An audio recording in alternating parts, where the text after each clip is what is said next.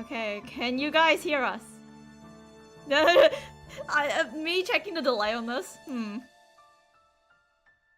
my god, it hits us! Let's go! No, we're back. We're so fucking back. Okay, we're back. Holy shit!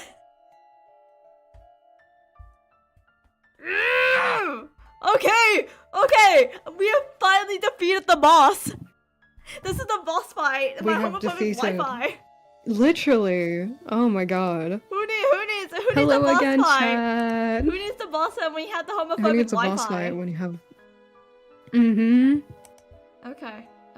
Are you ready, fiance, to do this? And this time, we will be lesbians!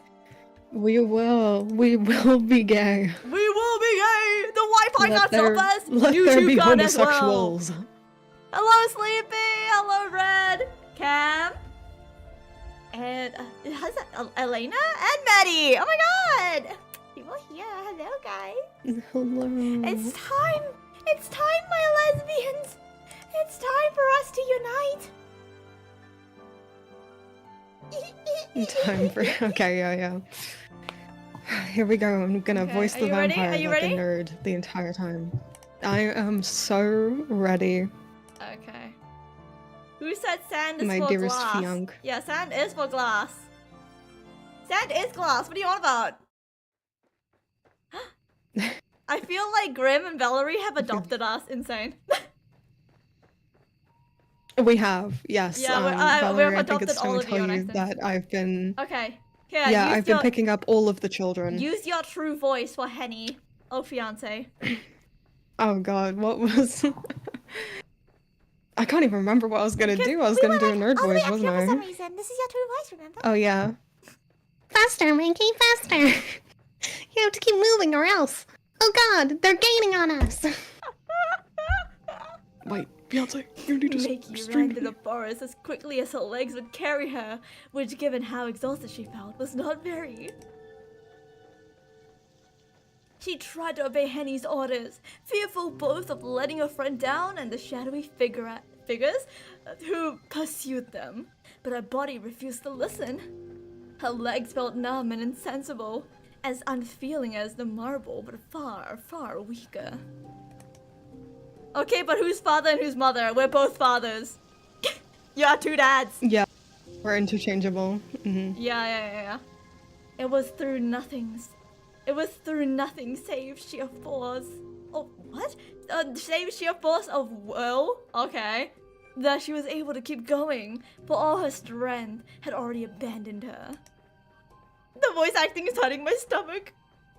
Carry on, Grim. Hurt the stomach more. Dearest fiance, I need you to, stream to me. Oh. What do you mean? Oh, I'm fucking dumb. Sorry. Sorry. Maybe this is what breaks your Wi-Fi, though. I don't care. If it works, it works. Okay. I'm here. Let me equip my all pro. There you go. Oh god. She was a young woman, slender, and while not very short, quite unaccustomed to exerting herself. She was not like Henny, who spent her days on her hands and knees, polishing the floors and the blacking of fireplaces. Wait, why is the look? Okay, hold on. Wait, is it? Wait. Hold on, me looking at the playback. Oh my god, is this the boss fight? I think this is what's making it lag. I think Holy it's shit! the Discord live Wait, stream. I'm stop sharing the screen. Yeah, I think that instantly...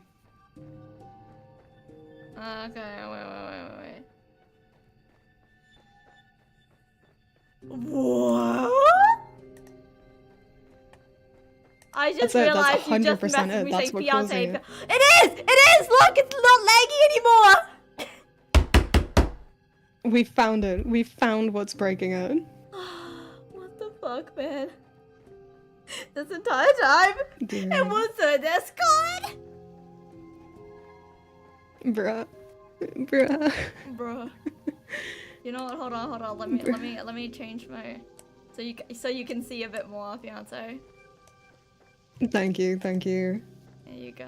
This is gonna get very awkward, chat, because I'm going to be reading at the pace that you are instead of at the pace that Valerie is. Yeah. Mickey's finger was as white as ivory, while Henny's were red and raw from the demanding often physical labor.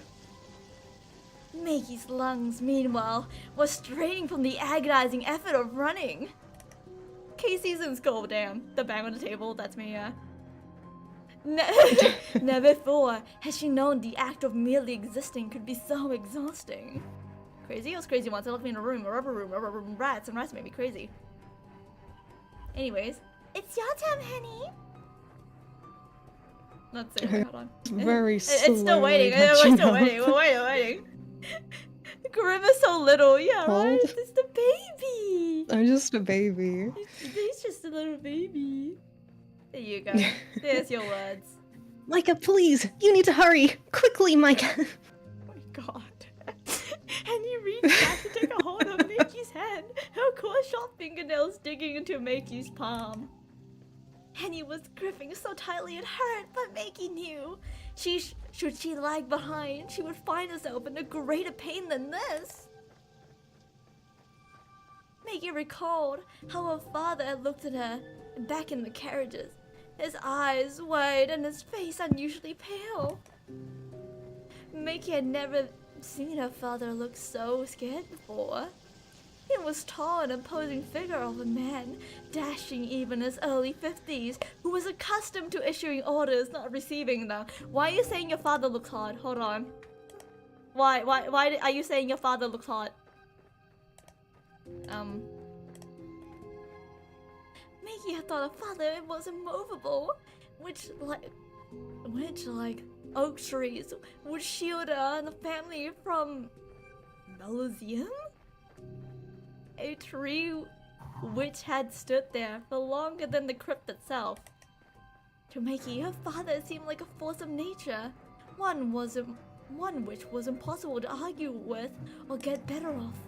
This superstition has been turned on its head earlier that night, however in a mere handful of minutes.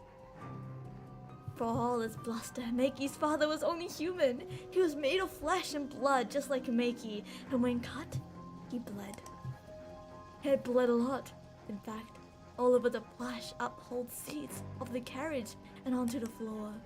His fine clothes had been stained with black with the stuff, and the air had stunk of it, a sharp and metallic. Makey could smell father's blood on her even now, and she and Henny raced through the forest. She couldn't forget it, however much she wished to. Only if only the events of that night had been nothing but more of a bad dream. Makey wished that the fog would clear and she would awake, her eyelids fluttering and discovering herself sitting once more in a bed in her home, the room flooded with pale sunlight. Your reading is tiring, right? Even worse when you're trying to voice act it. Okay, it's time for Henny. We're waiting until it catches up so you can see Henny's voice. Hello, I'm slowly getting there. While you're getting there, can I cream your pasta? Whoa, that's awfully presumptuous of you. I like that we were waiting just for me to do one word. Micah! Makey's surroundings did not shift. The trees continued to press in about her as though they were meant to eat her alive. The shadowy pursuit was beginning to get close on them. Mikey knew she had no hope of outrunning them. She was flagging, her heart hammering in the base of her throat. That's me with my asthma. What would happen when Makey was not so optimistic to hope for an if they caught her? What would they do to Henny? The thought was almost more than Mikey could bear. It's been bad enough to lose her parents, but lose Henny too? Why she had done nothing wrong? The nerd voice is so funny, I'm crying. This is the one thing I'm good at. Oh, wait, no, you're also good in bed too. I mean, what? Who said that? I'm like, Mikey, Henny was not. There was no lady. She was just a maid. She was only being targeted because of her relationship to Makey and her family. Had Henny been traveling alone, she would have passed through the forest quite unscathed. Oh, words. What? Yes, they are If it was, wording. If it was though, Henny had any valuables upon a person that were worth the effort of pilfering. What the fuck are these words? This is a 19th century English, ye olde times. Mikey appealed to her maid between sharp gasps of air, which pierced her lungs as keenly as knitting needles. Please, let me go. Leave me be.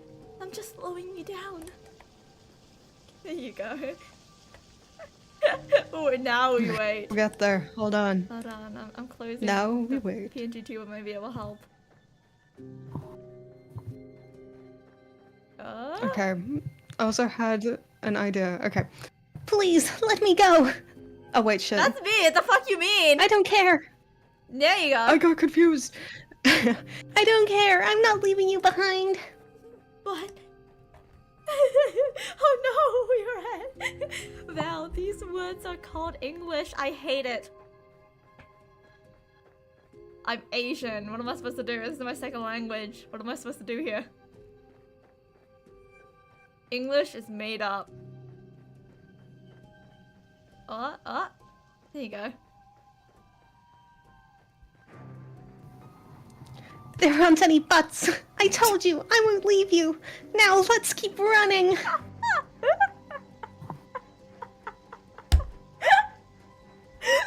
Oh my god. Mickey wanted to run, really, she did. But her body had already begun to dive in. To give in. What the fuck? Did I say dive, huh? Her heart might have been pumping fit to burst the base of her throat, but her legs were weak despite the excess blood which filled her, and her hand and Henny's felt cold and clammy. She exhausted all her energy simply in escaping from the carriage where her parents' bodies lay. Free food. Now she would die, only a few hundred paces away from a final resting place.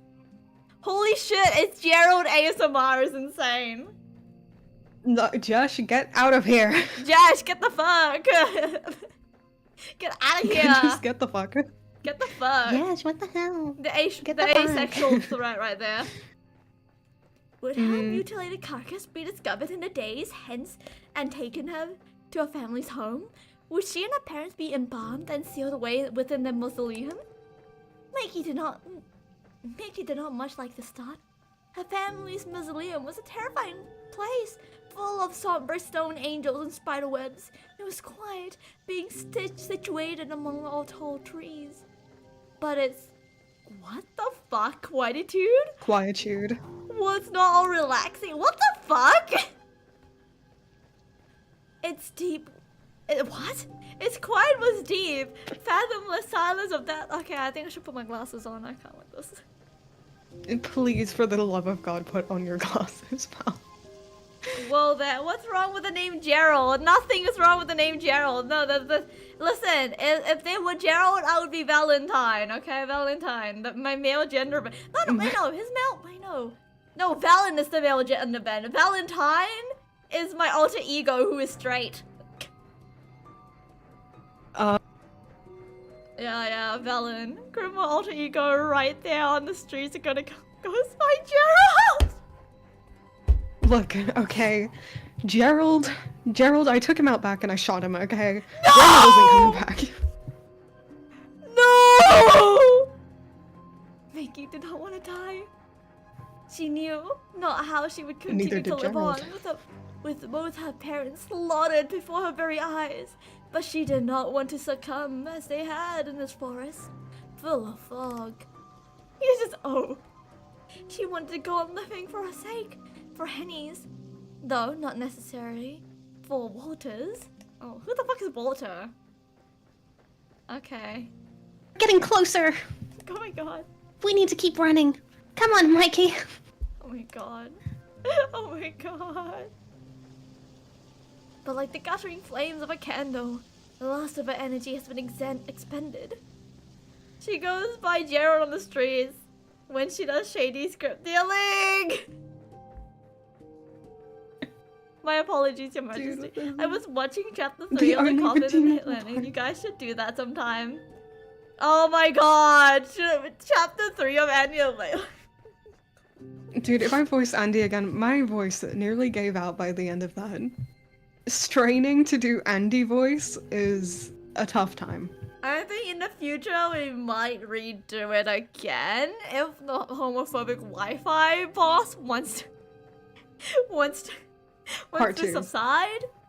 I feel like the homophobic Wi-Fi should be back as the incestuous Wi-Fi. Oh no, Mikey's put cold in a How come the incest game didn't break up? Yeah, the incest game didn't break it, but the literally homosexual one does? Unbelievable. Yeah, we shut it from the ground like a bear trap and she fell. Her hand, which was slick with sweat, slipped away from Henny's. She reached out, said she felt low, made through the fog, but led to a little avail. Bro, you cut out! You cut out! He got too high-pitched. Literally. Mikey! Henny's voice echoed through Mikey's ears, shrill and frantic. Mikey's heart jutted in her chest, hard enough as though meaning to stop altogether, but it did little good. Her head smacked against the ground with a dull, anticlimactic thud. Mikey's teeth bit against her tongue. She tasted copper. Oh, damn fuck. You're a dumbass! Her vision swung. Oh god, Mikey, get up! Please, get up! And then everything went black. Oh, act on!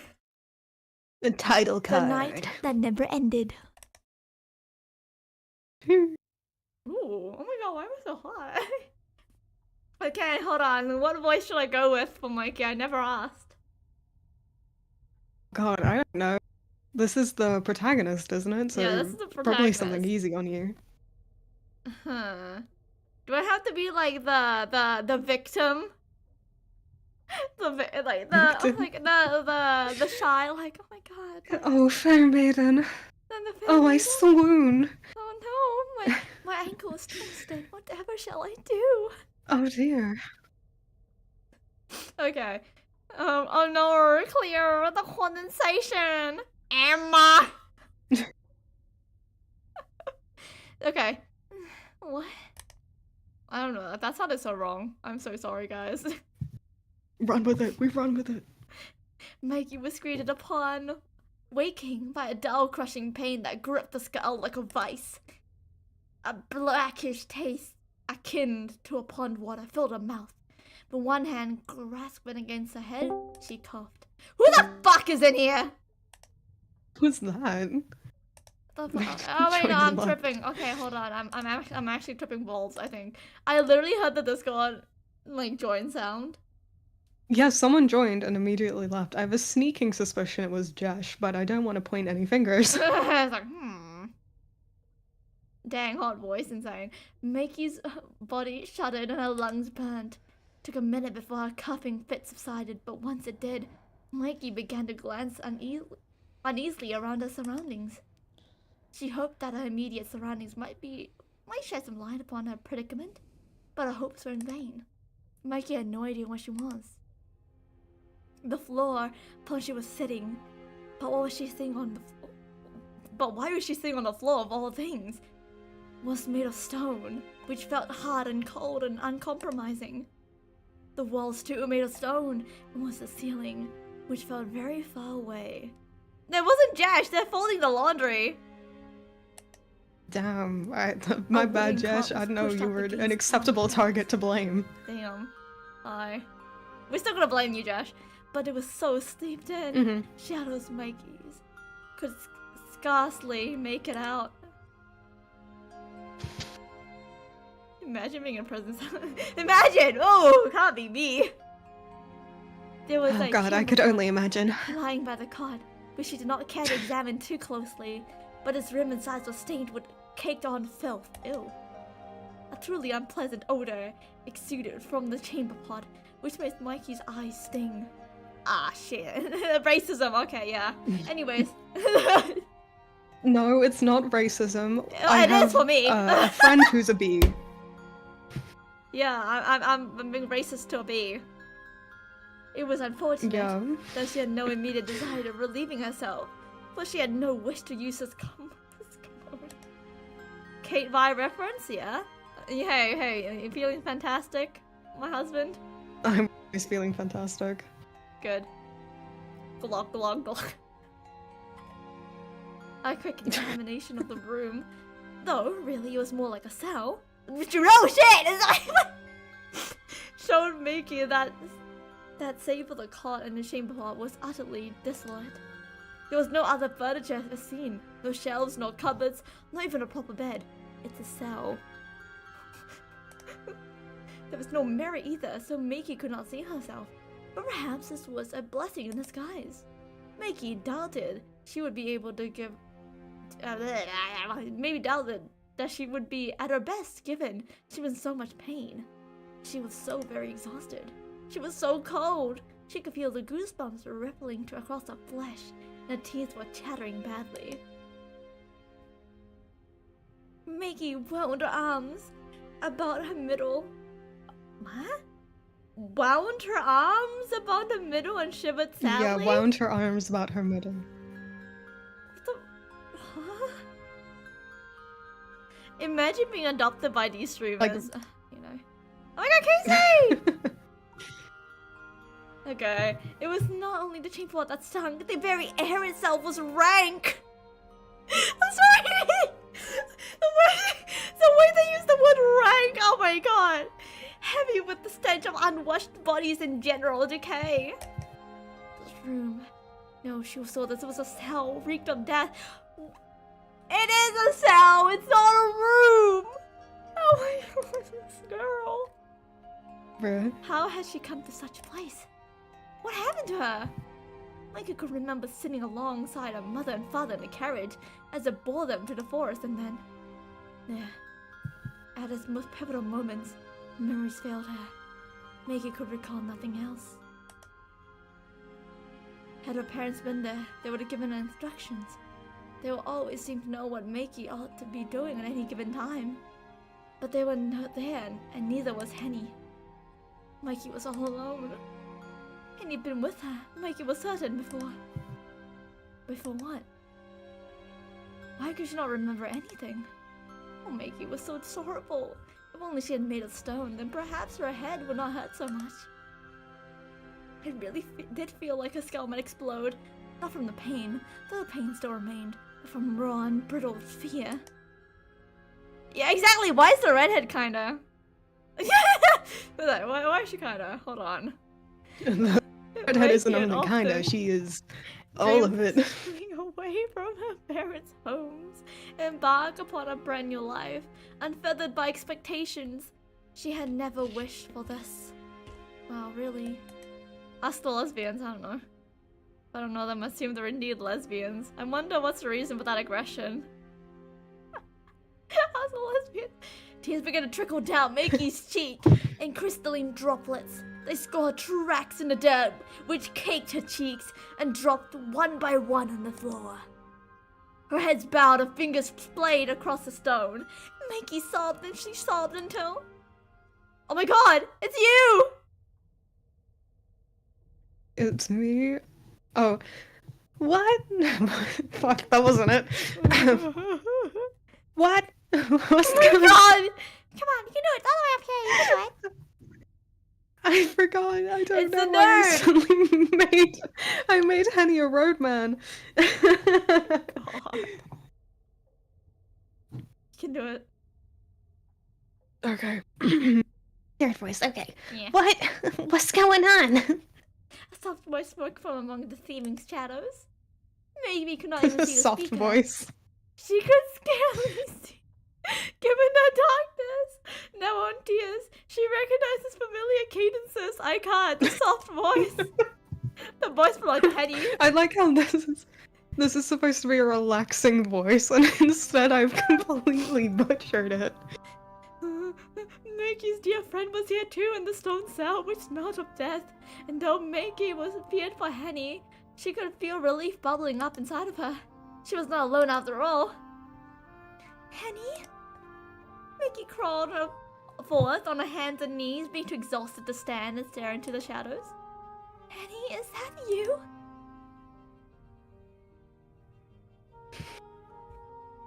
Oh, darling. I think I peaked my mic again. You did? Mikey! Yeah! A shaft of moonlight spread across the singular barrel window and hew high into the wall of the cell, and finally, Mickey was afforded a view of her maid. Though christened Harry... What the fuck is that name? Enrique? Mickey has always been called her beloved maid Henny, as it seemed more appropriate name for such a cheery woman, sorry. For Henny, become rain or shine, it was rarely seen without a smile with the nerd voice. Henny was not smiling now. I like that however. she's supposed to Why supposed to are we be zooming like to a her top eyes? jovial. She was sitting upon a wooden Oh my cot, god. which Mickey at his first spied, her head bent. Henny's face looks worried and weariful. It has lost so much of its usual pinkness. Her apron, once white, was now stained, sullied with dirt. Henny's shoes had been black and sensible. However, they were mirrored in filth, and her socks were rucked up to about her ankles. Henny's hands, which she had held in front, were trembling like a woman's thrice her age. She looked awful. She looked an awful sight, but Mickey knew she could hardly have seen any better herself. Henny's hair might have been a mess, but at least she kept it short. There was not so much of Henny's dark dress to be worked to such a state of disorder. What the fuck is this English? I'm so sorry. Tresses is just hair. Then use the word hair. Mickey's own hair, meanwhile, was very long and curly, and though she had worn it in a chignon?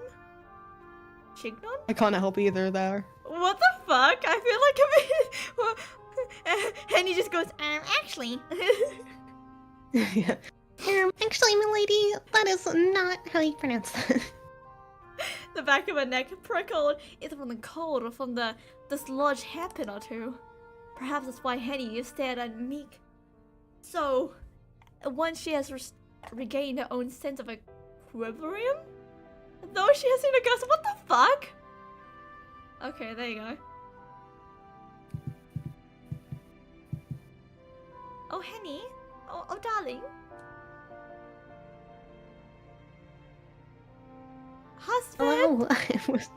Hello? There you are. Hello. Hello, yes. Hello. My god, Micah! Henny looks so alarmed. So alarmed. Micah almost felt ashamed. Micah? Mickey was no shame either. She felt it frequently, in fact, whenever she was with her mother, but it rarely raised to its ugly heads in Henny's presence. Since Mickey's girlhood, Henny has been the one of a staunch, steadfast companion. She was the only person Mickey knew who took Mickey for who she was, rather than wishful, often loud to her face. That she could be more appreciative, more amenable, more effusive, more like a lady and less like herself. Ling is back! Let's go! Henny didn't want Mickey to be more. She didn't want Mickey to be Mickey. Did that mean that Mickey did not look like Mickey in that moment? But who else did she resemble if not herself? What happened to her? I look.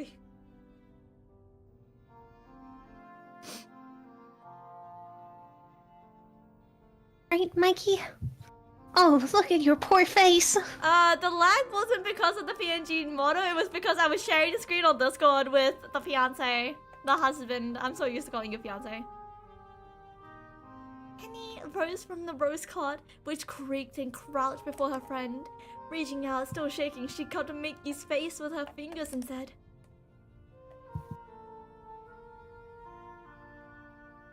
You're bleeding. "No shit!" I am?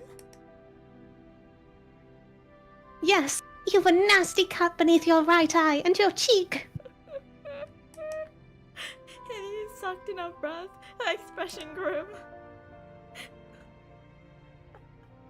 question was who? It's all banged up. You're positively black and blue. I'll bang you up, Grim. Oh, What? I hadn't realized. I'm sorry, Henny. You had nothing.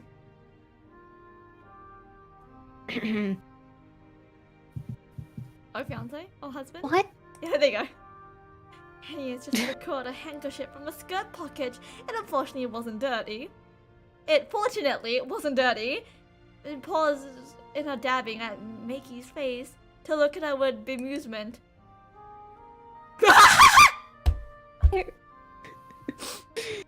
You apologizing to me, you daft goose? You've done nothing to feel sorry for. I can't believe the nerd just called me a daft goose. Yeah, I'll try my best to hold in my laughter, okay? I don't know. I'm just sorry for making you worry, I suppose. But it's my job to worry about you. I'm your maid, remember? Well, of course I remember that much. My thoughts might have been stayed as this array while oppressive, but I would never forget you! You're much more than my maid, Henny. You're my friend too, my dearest friend. And I could very well say I'm tearing up! Did I just and I could very well say the same. Fuck. Okay, I got this. Keep it together. And I could very well say the same about you. That's why it hurts seeing you in such a frightful state.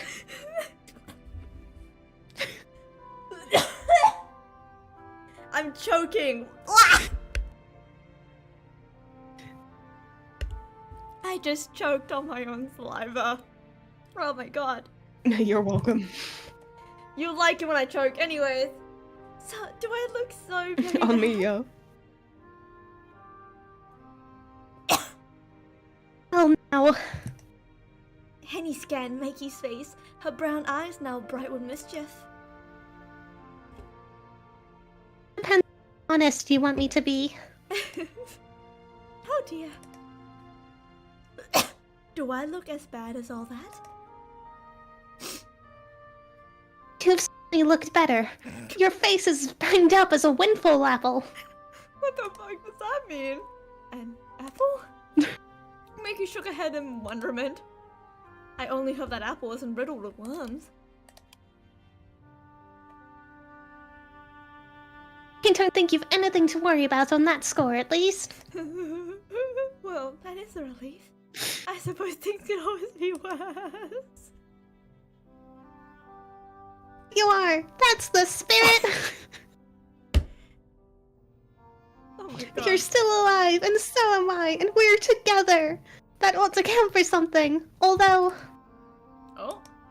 Henny finished wiping the worst of the congealed, what the fuck, blood and muck from Makey's Congealed. sheet, then drew back. Her soiled kerchief. What? Her soiled kerchief. Ripped out of her head. Is this supposed to be a handkerchief? I don't know, but yeah, kerchief You're apparently. laughing I at think your that's supposed to be husband's beautiful handkerchief. voice acting. Yeah, it's with love. You know it. Expressing newly dour. What? She hasn't said a moment's pause. What is this?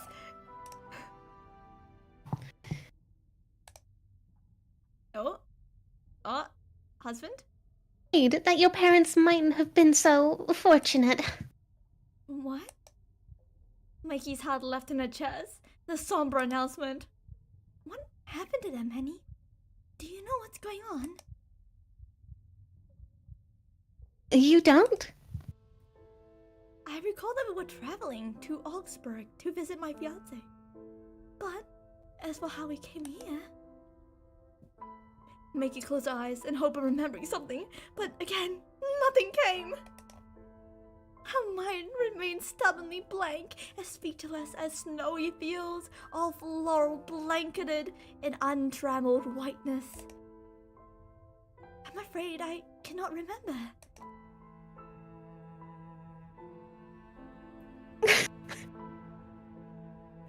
Henny, come on. To single. Oh my god, it cuts you out! Mike's breaking. I I hope might we need get to to change see the the voice. lesbian vampire. Nothing. I do. There you go. Husband? I see. Oh my god. Henny gritted her teeth together for a few moments. Her eyes dark. She seemed to be weighing upon her words as a baker might measure out flour and sugar before speaking.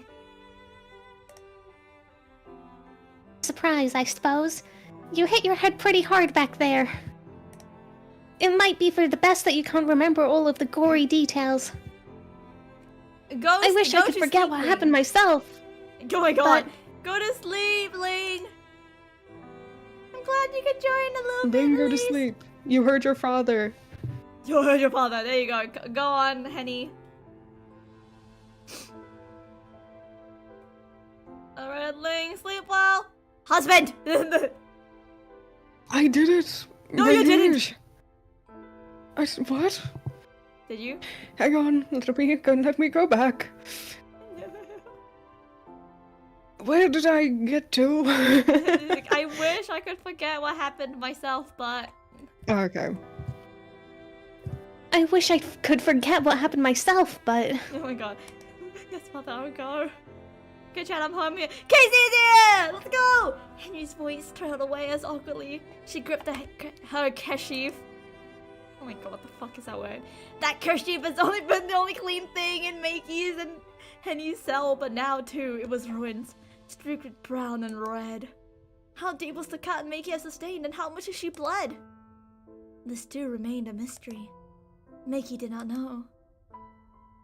They seemed much of a sudden she was ignorant of. All of a sudden she was ignorant of. What the fuck? She felt so very unworldly. She might as well have been a little girl again, enthused after she had successfully stolen the key of a family's mausoleum. Makey did not know, as she stood in the chill entrance of the mausoleum, that she was about to lower herself into a subterranean world of death and decay, though part of her had wondered. Henny? Makey took Henny's hand in her own, her cracked fingernails digging into her skin. I'm so sorry, fingernails, I'm dead. Appropriate reaction. What happened? Then tell me, please. I want to know. Yeah, I thought you might. That does make things a mite complicated, though. I don't want to be the bearer of bad news. Just... promise you won't take against me for what I'm about to tell you. I've gone through a lot tonight already, and that would be the straw to break the camel's back. Hey, you know that is a trivial concern. I'm fully aware that none of this is your fault. You have only sought to protect me. I have no better friend than you.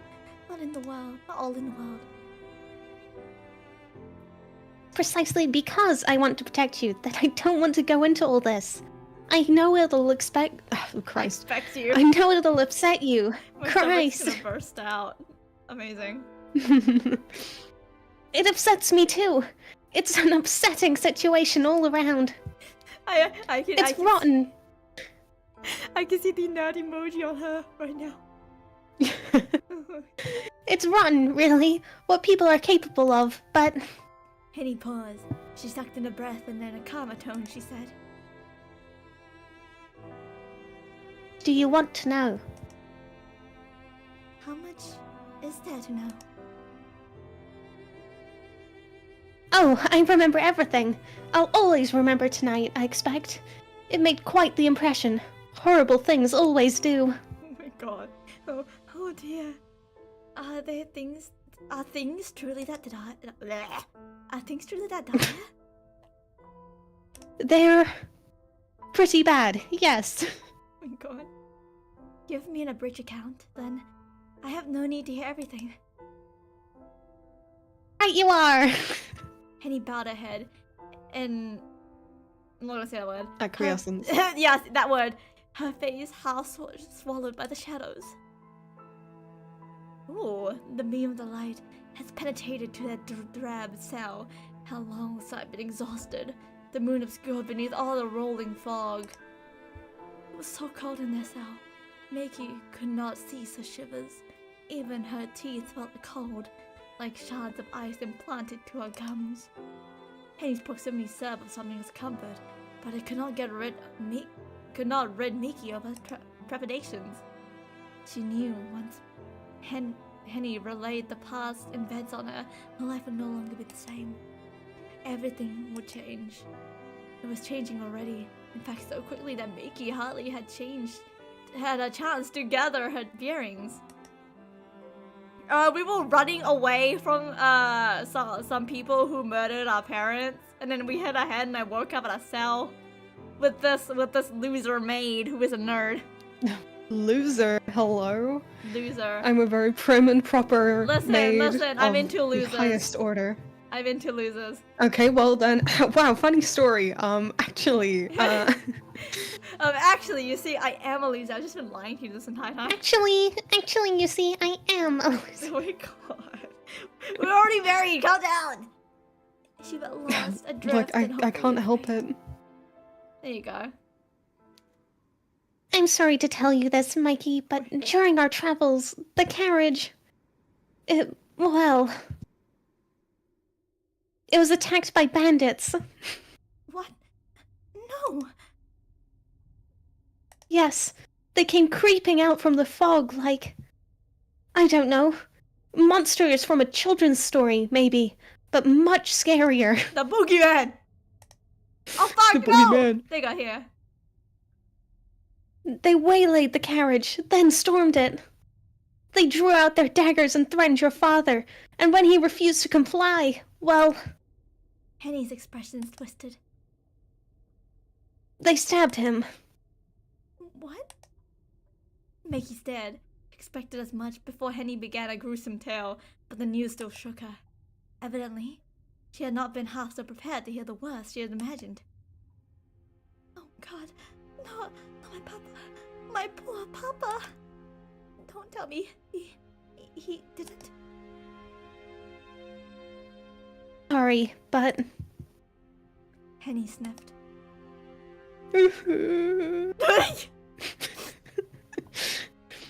It's as you're probably suspecting. His wound was a deep one, and he died. Dead? My papa? Dead? What? Doornail, I'm afraid. Oh my god. I didn't hang around to see what happened, but...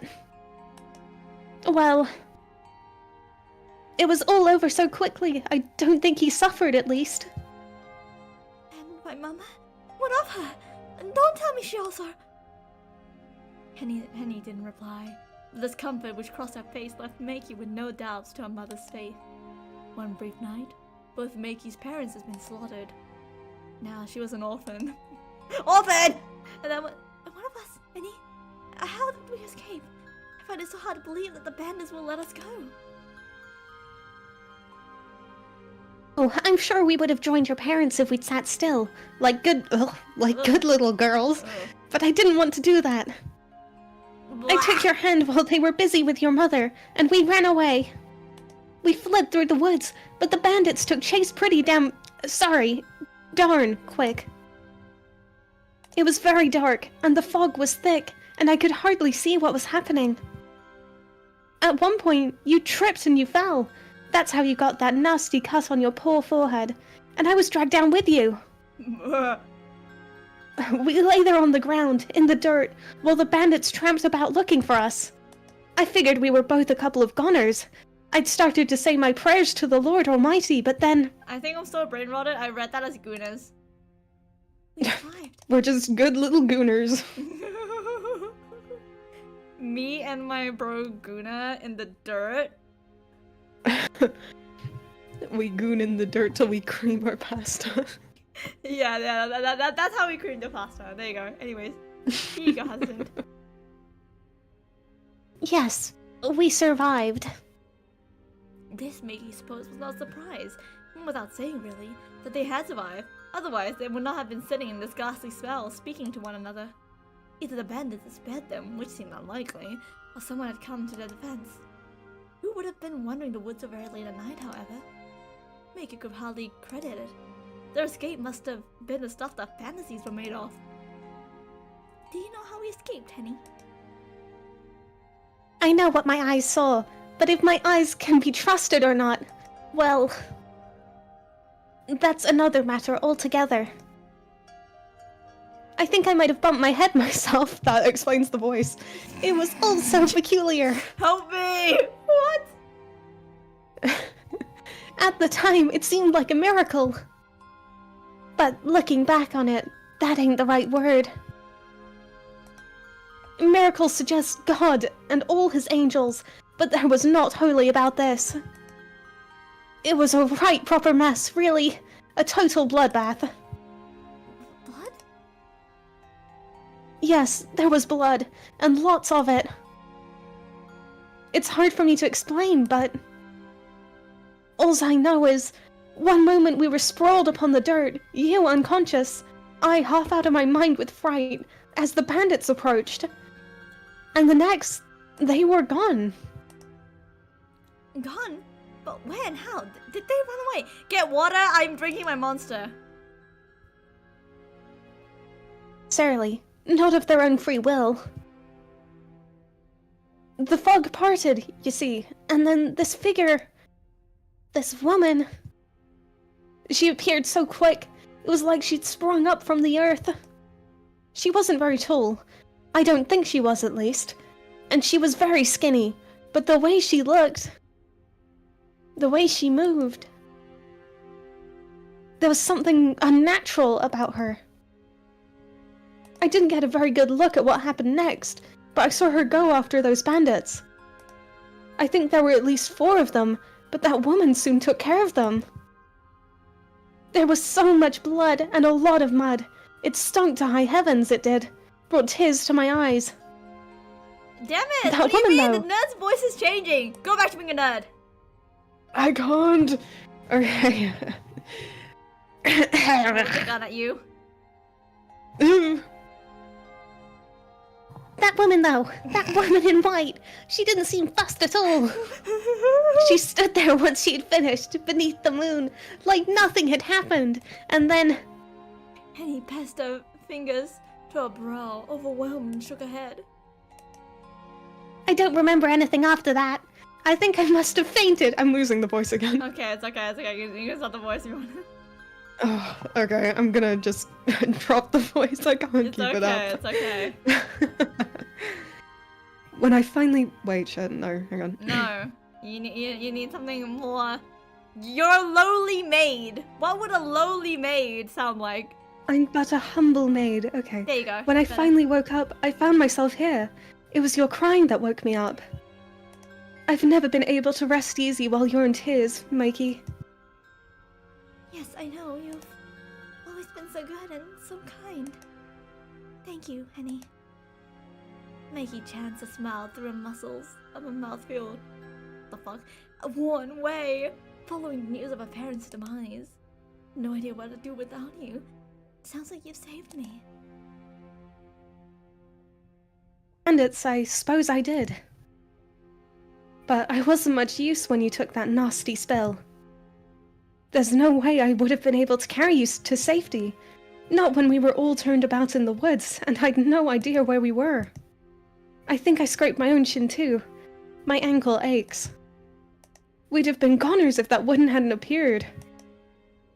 But now that I'm talking about it, it doesn't sound real. I can't think of any woman who would be able to beat 4 men in a test of strength. Not even your own Mademoiselle Blanchard. Mikey's smile widened at this, despite the severity of her situation. And she was even able to manage to laugh. It was a weak laugh which contained a little way of mirth. The fuck? But it was sincere. Henny never failed to cheer her up. She must have a knack for it. Mickey was too old to believe in magic, but when she was with Henny, she sometimes wondered. Are you sure it was a woman who fended off those bandits? Perhaps it was some sort of animal instead, and you failed to perceive it in the fog.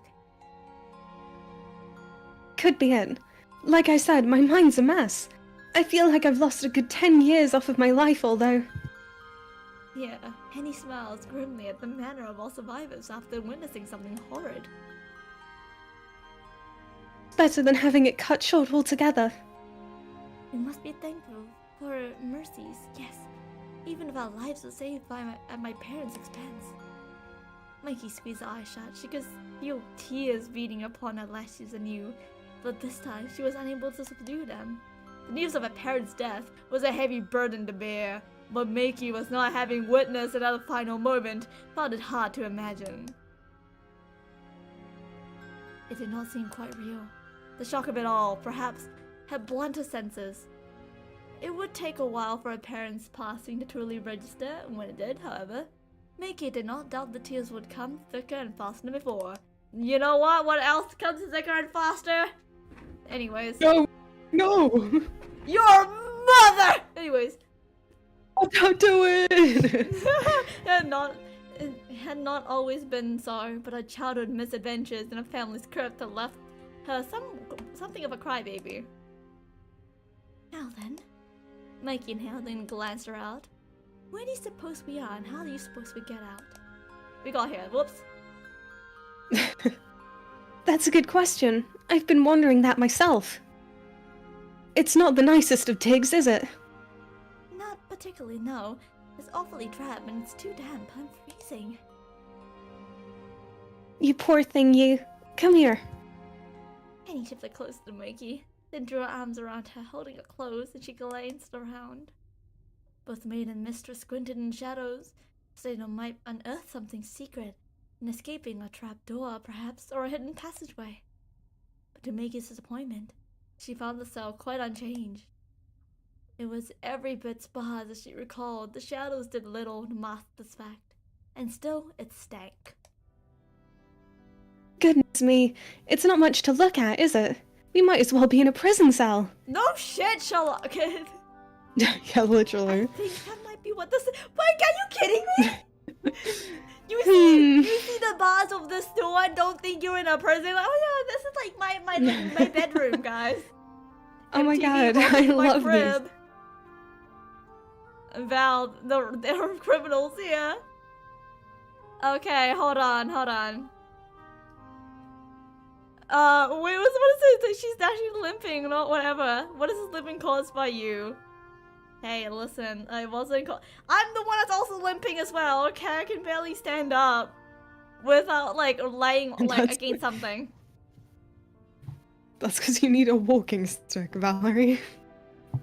You're like, it's my cane, okay? Mm-hmm. Henny drew herself back from Mikey, her legs crossed beneath her upon the stone floor, and frowned. I reckon you're right. I wonder who brought us here. You and me both. It was nice of our mysterious benefactor, or benefactress, to rescue us. Though they can't be all that kind if they're going to let us suffer in here. I'm limping? Yes, I'm crippled. You'd think they could at least have put us up in a nicer room. What? I'm not expecting first-class accommodations, but you deserve better than this, Mikey. What the fuck was that one, What was Micah? that? I don't know. Rats, let alone people. Mikey. This place isn't fit for rats, let alone people. It's alright. Are you being serious? Chase by what? Wait, what? What is that? What is the word? Her word's not mine. Yeah, it's a joke at this point because I've been crippled for quite a while now, and I don't really care. Everyone bullies me for it. I don't care. I have a cane. I'll beat them all. Henny raised an eyebrow while Mickey smiled. It's better than being dead, at least. Even if these lodgings are might uncomfortable. Only a mite. Well, quite a bit if I'm being honest. Mickey drew her arms about her legs, her knees, underneath her chin and said, When I woke up, I was laying on the floor. On the floor! Sorry. Oh, Henny's eyebrows shut up in the forehead. Until meeting the hairline, the gesture was very exaggerated. It managed to bring out a smile to Mikey's lips, despite how very dire the situation was. Go on. I suppose it makes sense, there being only one bed. But oh, that is too much. I can't believe they fling you about like a sack of spuds. So if someone's trying anything while you have a cane, you'll beat them. Yes, I've threatened multiple times to shove a cane up someone's ass. Okay, I will not hesitate. I was the first victim, and that's why we got married. Yeah. Also, my cane is like retractable, so I can put it in my bag if I need to, so it doesn't get in the way. So it works as nunchucks as well. So propeller cane. Many unbelievable things might have happened tonight. Our benefactor must have been bucking the trend. Go on. Some benefactor. When I get my hands on them, I'll give them what for. Val will lose her leg. Hey, put legs and arms, okay? It's also happening to my arms. Don't, Henny. I wouldn't do to pick a fight with whoever brought us here. I wouldn't want to anger them. Not while we're at their mercy. Makes us sound like captives. Is that all we are? This is a cell after all. We have no means of escaping. We're being treated like prisoners. I know, but it still stings. I don't care about me, but I don't want to see you being treated like a convict. Not when you've been through so much. Why is she being de-limbed? That's so me. Oh, take it off and put a new one. I wish I could. Like a Lego man. Yes, baby girl, you wanted to build me like a Lego man. I would give you a new arm, it's insane. That sounds like both a threat and a promise. Yeah, right? You've been through worse. At least I don't remember what's happening, unlike you. And you're the one who'll be saddled with the consequences. Poor Micah. It was your parents, not mine, who were... well... I don't expect there's much point in trying to suss out who's suffering more than who. Sassy baka. Anyways. As it stands, we're both in this together. I won't abandon you, Mikey. So try not to worry. Keep your chin up. We'll get through this. I can't believe I fucking said that word. Anyways. Thank you, Henny. I always believe it. Coming from you. You should. I don't say things I don't mean, you know. Gracie! Gracie! Oh my god. Our the child! Man, the myth.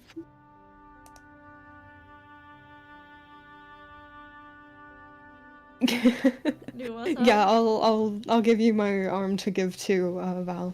No. Like, my arms, they're fine. They're not broken or anything.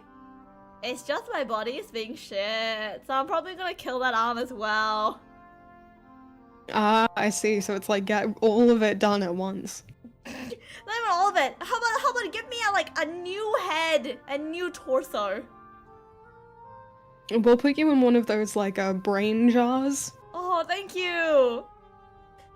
You're so welcome. I can be like, you know, Minion from not Despicable Me, but from Megamind. Oh, Megamind, yeah. I'll be like oh that, my God, exactly. You could be Minion. Yeah, put my head in there and then give me a robotic body. Okay. Oh God. Okay. Ooh. Henny rose to her feet. Though unsteadily, she did a circuit. Ended a circuit of the cell. Her shadows made it seem larger than it was. For this girls and walls, but it did not take Henny many steps to canvass the full length of the dingy room. She pressed her fingertips to the wall, and her ear, as though the stonework might whisper their weakness to her.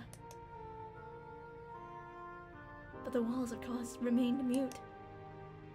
Henny then took the bars between her fingers and squeezed experimentally, but they refused to yield. What is he supposed to do? Superman it? Oh, come on! Oh god. Frustrated, Henny gave the Right. paws a kick. The tip of a shoe collided with them, losing the claws of death from her soul's butt. Damn. The paws refused to budge.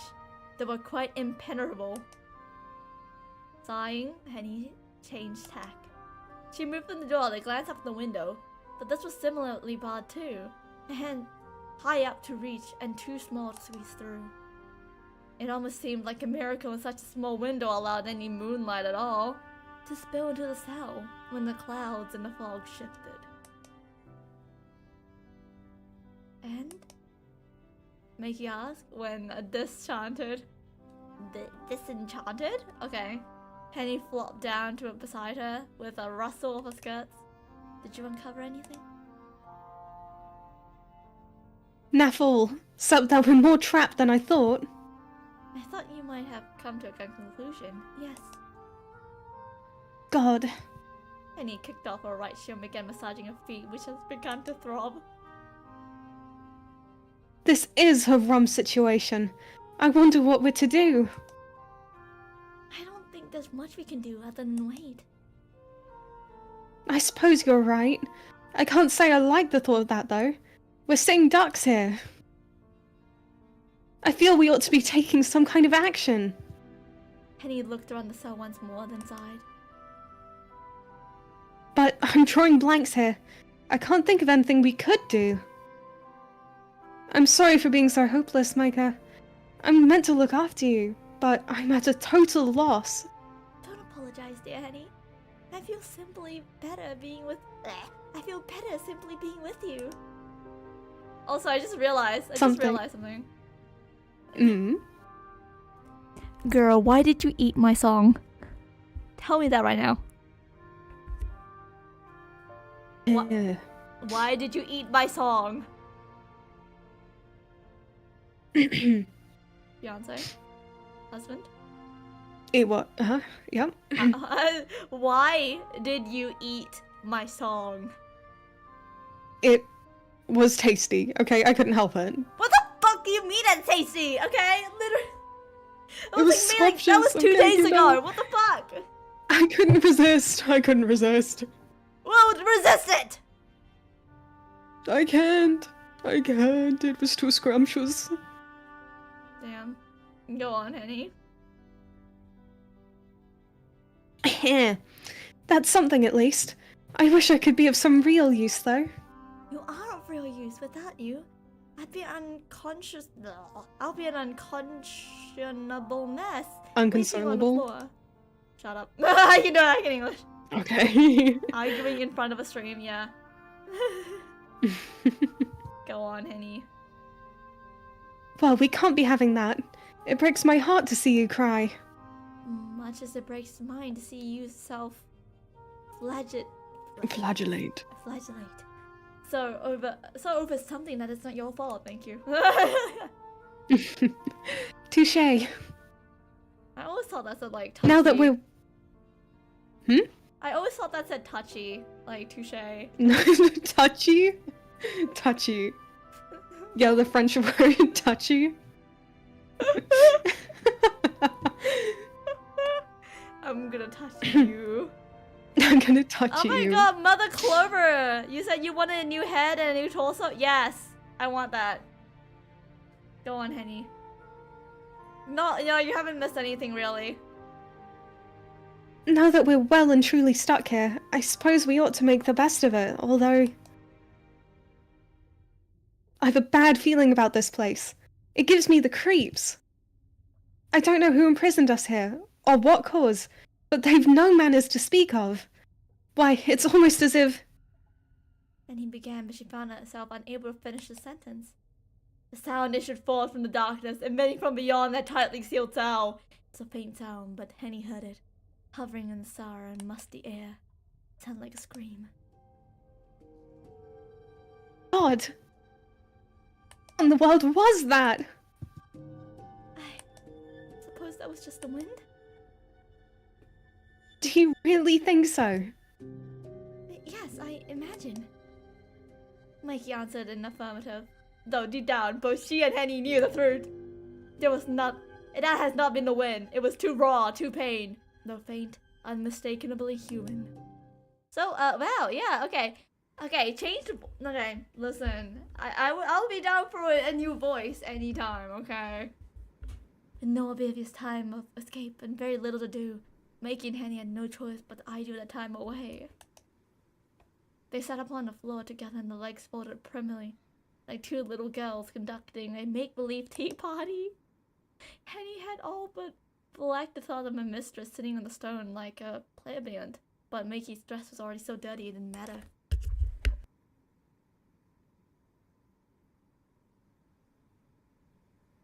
Sorry, I was getting sick. Anyways, two women did not, however, abandon themselves to inertia. Henny knew that they had to do something and take their minds off their ghastly predicament. Fortunately, Henny was not so empty-handed. She had in her pocket, alongside a handkerchief, she's the wife, Mikey's cheek, a pack of cards. These cards were worn and bent in the corners, but they remained perfectly functional. We're gambling away! Let's go, gamble away our prison sentence. Literally. For want of a better way to use that time, Henny proposed Mikey a game of Joker, a game which Mikey agreed to. The two women played several rounds of Joker, examining the decks and dispensing the cards. The game did not require a great degree of tactical thinking, but it helps alleviate some of the Mikey's worries. It could not, alas, alleviate the cold, but Mikey had been shivering for so long that she had grown almost accustomed to it. She had been in that dank, miserable cell for so long she could scarcely remember how it even felt to be warm. Had her journey to Augsburg continued unimpeded, she would now be sitting by the fire in Walter Gerald's living room. Gerald? Gerald? Gerald? Gerald? Where, Gerald? Gerald! I thought he was dead! I thought I killed him. Where is Lush? She has a head. I'll give Lush a head. I'll give you one too as well, don't worry. Oh my god. Oh my god. Was always supposed to Walter Oh my Gerald God. seem to be far away from Makey now? Though being confined, thus a prison spell. How long has she been sitting with Henny on the floor shivering? Makey did not know. She could not tell. Makey knew that her infinite ignorance was that the night seemed so hopelessly long. She hopelessly small and significant. I knew it! Gerald lives! No! No! No, Gerald! I thought you killed him! Stop it. There was no clock in I took him out back. What the fuck? Neither she nor Henny carried the timepieces upon them. Only means Makey had tracking the advancement of the hours was the silver sky she could see beyond the narrow window situated high above her head. I'll take Lasha a new one. Oh god.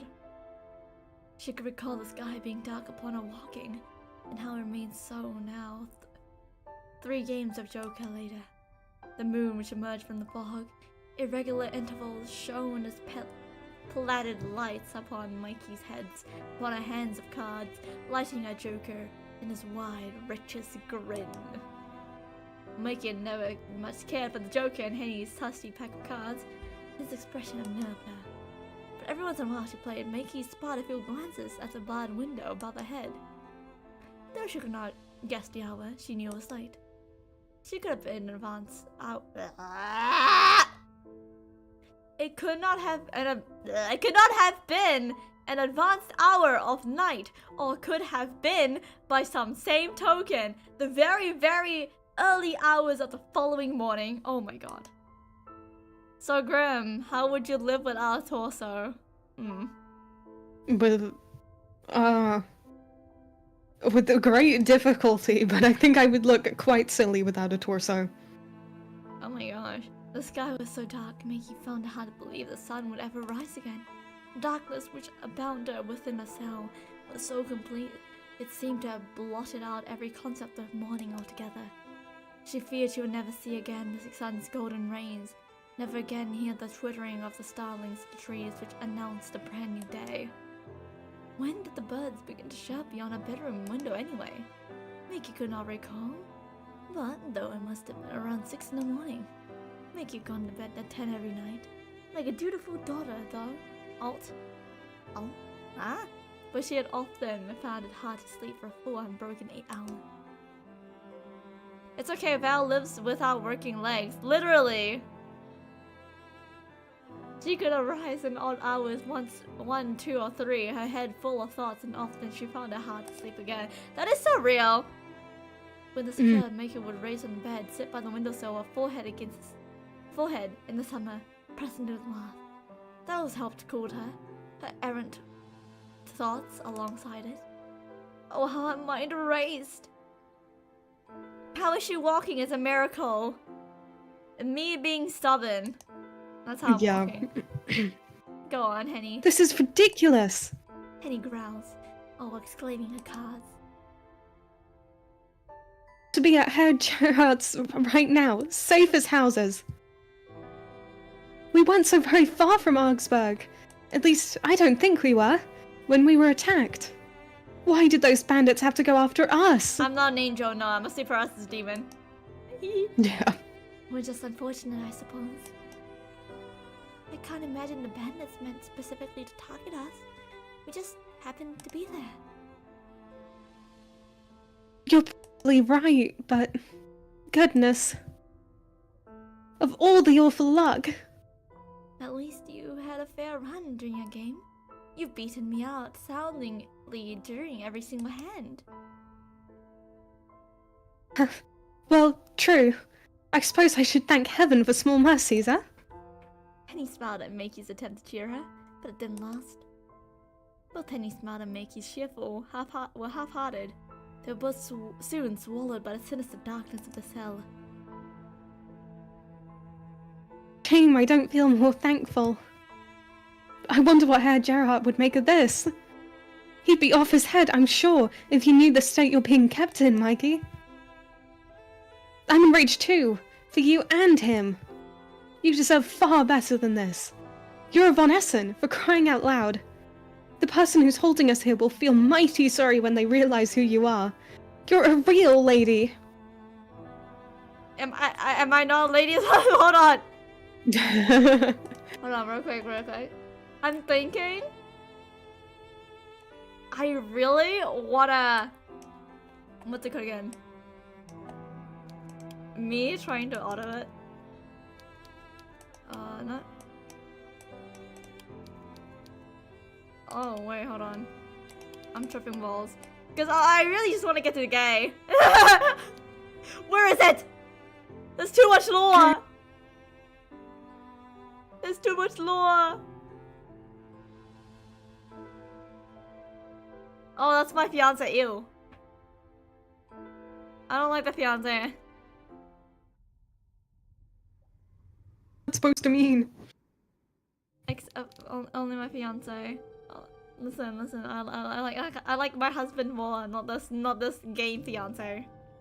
That's what I thought. Oh. Makey could not help but gasp in surprise. Ah! Look who it is! Hello, Sailor. Val, I love Grim. Okay, that's my husband. The owner of the voice. Hell yeah. Who now stood up on the opposite side of the cell door is not at all what Makey had imagined.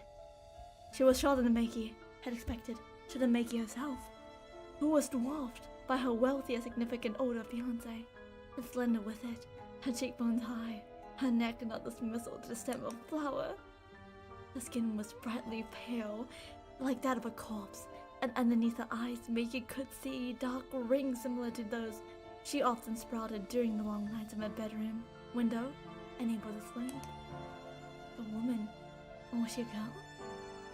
She had hair, fair, was almost white, which almost seemed to glow in the moonlight.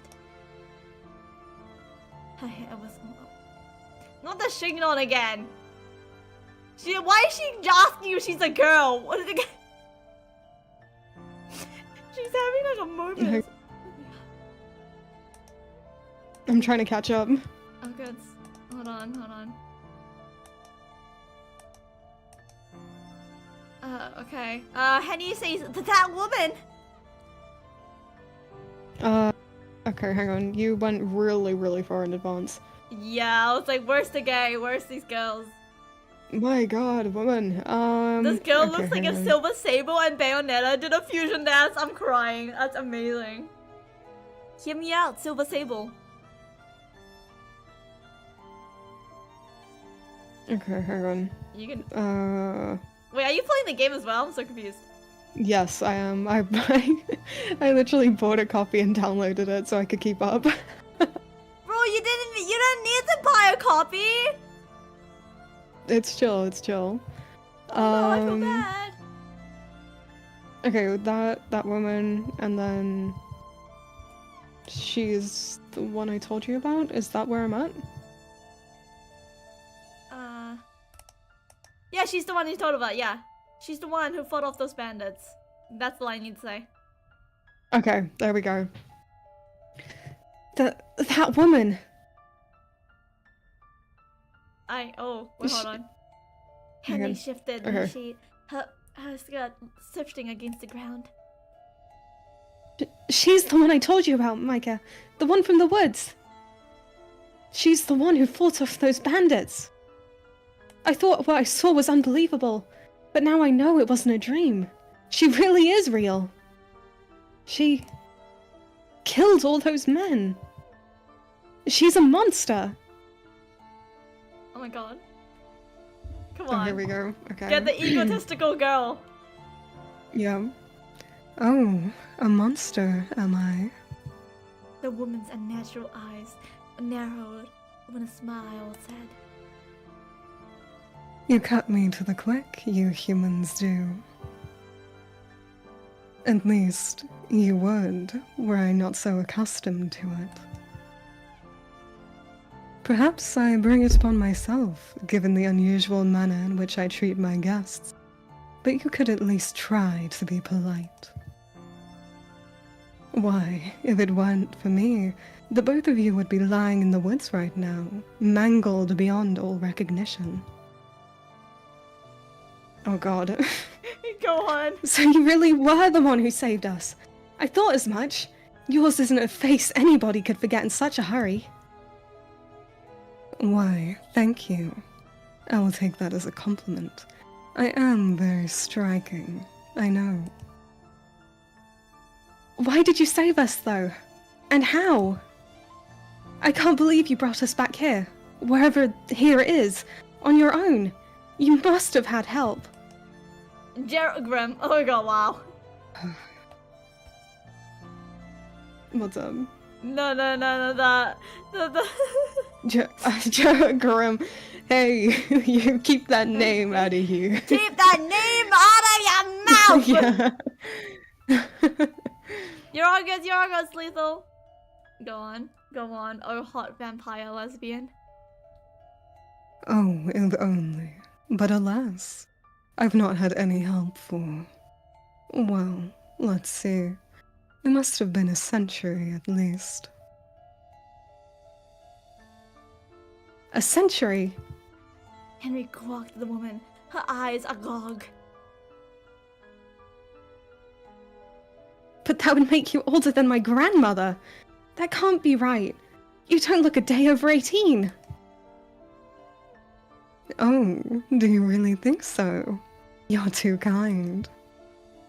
Laughing softly, the woman extricated a key from her pocket, then inserted into the waiting keyhole me when you What? me with the hex trap. Deftly she turned it and What? she stepped into the cell, the helm of a dark cave dragging against the uneven stone floor. Once on cell, she turned to close the door and locked it away. Locked it new. Whoa, dude! Hey, I'm taller than you. Let's go! No. There, that ought to do it. It'll be horribly tedious if you try to run from me.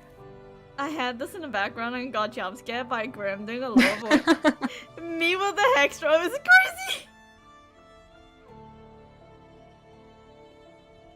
Husband? I'd be able to catch you, of course, but I'd rather not bother with all of the fuss. With the door secured, the woman placed the key inside a pocket and turned to look at her prisoners. Her red eyes met Mikey's, which were narrowed with mistrust and pouting, she said. No. Oh my god, she's Here, pouting! Clara. You're making me feel quite unwelcome. I thought you would be relieved to see my face, after being left to languish in the catacombs of my castle for hours on end, but maybe I was hoping for too much. In any case, you shouldn't frown like that, dear. It's an awful waste. You'll wrinkle your pretty face. Twirling my hair? My god, I'm twirling my hair? On Twirling my God! hair, giggling, kicking my feet? They're doing the Hey, gay. you should use that voice in bed, okay? Listen. Well. Well, you see. The chastisement was too familiar to Makey. She had heard it many times from Mother, who Makey had been trained to obey her, Mother without question. However, it was not so with the strange woman. Some of her rentience fell away, and Just since Makey said, "What I do with my face is my own concern. I'm sure it's none of your business." my goodness. You're feistier than you look. I took you for a shrinking violet, but maybe I was mistaken.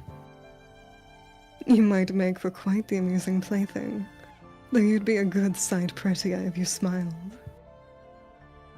I can't say I blame you for being so surly, though. I never liked smiling on command either, though it's been many, many years since anybody last tried to give me orders. It's fortunate nobody can tell me what to do now, at least. It came at quite the price, but... oh well, never mind. Where are my manners? My name is Magdalena, but you may call me Lena. Thank God I can call her Lena. Oh my God, I'm not gonna say that name. God. I'm okay. Hello, Miss Magdalena. Yeah, oh God. Every time. My family's name, meanwhile, is of no particular importance. They might have commanded some respect back in the day, but it is not so now. They have long since been obliterated. I doubt history will remember them. It would not wish to. I'm all that is left of their legacy, a fact I would very much love to rub in their faces, but alas, I never got the chance. Oh my God, we need an audio It is grim very- preaching Lena. Oh my God. Yes.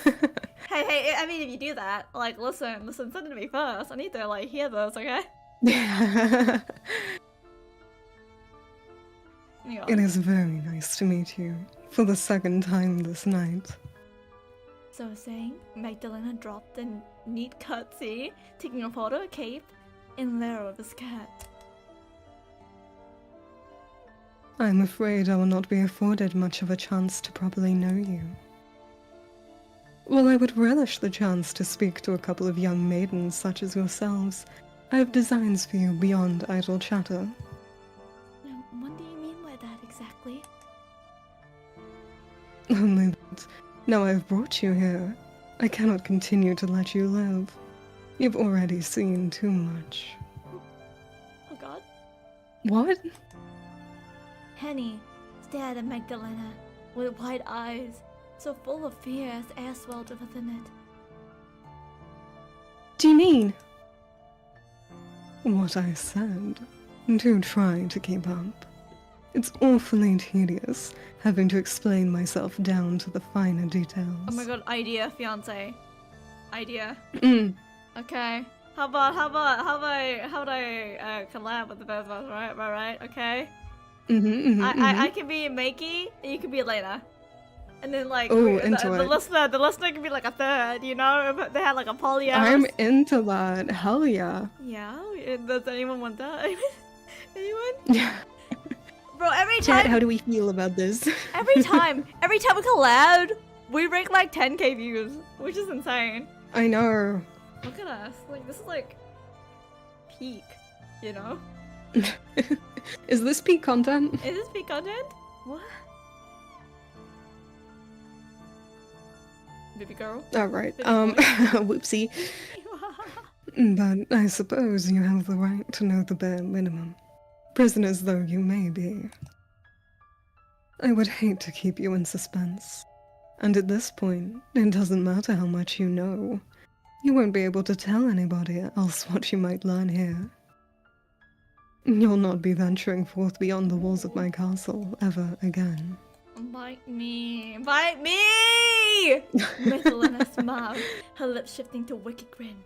Not so very like that of the Joker in Henny's deck of cards. Yeah, exactly! Gracie's gonna have the first stream! Yeah, they're gonna have the first stream on Sunday for you guys. Yeah. Yeah, I had to teach I had to teach her this morning how to schedule a stream. Our baby's growing up. Our baby's growing up Our so baby. fast. Our niece. Oh my god. Bro, our niece, she's growing up so fast.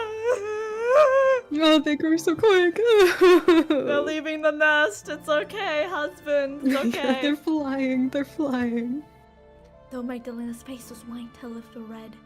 Much like her eyes, they stood out in a milky face, like a rose blooming despite the winter's chill. Or else Makey thought with a shudder. Freshly spilled blood. Understand that I am not a normal woman. No human can hope to best me when it comes to a competition of sheer strength, as the bandits who were pursuing you soon discovered. It didn't take me more than a few seconds to dispatch them. The fight they put up was so pathetic, it makes me wonder why they even bothered. If they'd any respect for my time, they would have slit their own throats with their daggers and saved me the trouble. You humans can be awfully thoughtless. We are crying because we're so proud of Gracie. Yeah, our little baby. Go on, But- Magdalena. But if they had done that, I wouldn't have been able to bring the leader of their little group back to my castle. He was in a bad way, and I was obliged to introduce myself to him before bestowing upon you similar honors. I really must apologize for making you wait. Magdalena dropped another curtsy when an elegant lady might, but it smacked of insincerity. How many men and women had Magdalena brought to her castle, and how many had she summarily tortured? Maggie knew that one least what? God. Maggie knew of at least one besides herself and Henny. Yeah, we least all should stream. The bandit's leader. Did you kill him? Eventually, yes.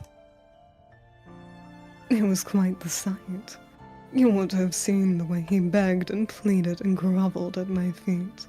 A grown man like that, who was practically made of muscle. Oh, how fickle fortune is. Just an hour hence he was the predator, stalking his prey through the woods, and the next. Magdalena drew a hand across her neck. The unequivocal universe gesturing the slit of her throat. What goes around comes around. He got what he deserved, and his screams really were exquisite. That's so hot. Did you, perchance, happen to hear them? He was being rather loud. What? Oh my goodness. Surprised, are you? You shouldn't be. That man was a bandit. A vulture in a man's flesh who profited on misery. Oh. If it weren't for me, you would have gone the same way as the poor unfortunates in that stalled carriage. The driver and the horses, too. Nobody was spared their ravages, man nor beast. They made quite the grisly mess. Were I a century younger, it would have been enough to turn even my stomach. Maybe that is so, but to gloat over another death like that... I love you're having a conversation with yourself. Yeah, it doesn't seem right. You're twisted. If I am twisted, that is only because this world... Madalena began, then paused. A momentary furrow escaped her brow, but soon it straightened out, as though nothing of note has occurred. Well, never mind that. I do not wish to spout cliches about good and evil. I'd begin to bore myself. The fact of the matter is, that man got what he deserved, as did his compatriots. I took great pains to ensure that. I paid that brigand back twofold for what he did to you. Did you know that he tried to be stoic in the beginning? Humans often are, human males in particular. They've so much pride. It's funny, really, that a cur like that would care so very much about appearances. He was less a man than he was a dog, but he still had pretensions of greatness, or of grandeur. I soon stripped him of those lofty delusions, however. Strip me next. Humans are very alike. Strip me next. Oh god. Oh no. Hey, maybe, guys, bye! Ends the stream. Wait. Wait, you're coming with me. Also, how the hell did a grown woman become your child? You two aren't married yet, and you already had a child. Listen, we are married! What are you on about? We're married! We are married, and no matter what, Gracie is our child. Yeah. The Gracie, like, this was just a random kid we adopted off the streets, okay? Mm-hmm. Just like my other child. You guys haven't seen them.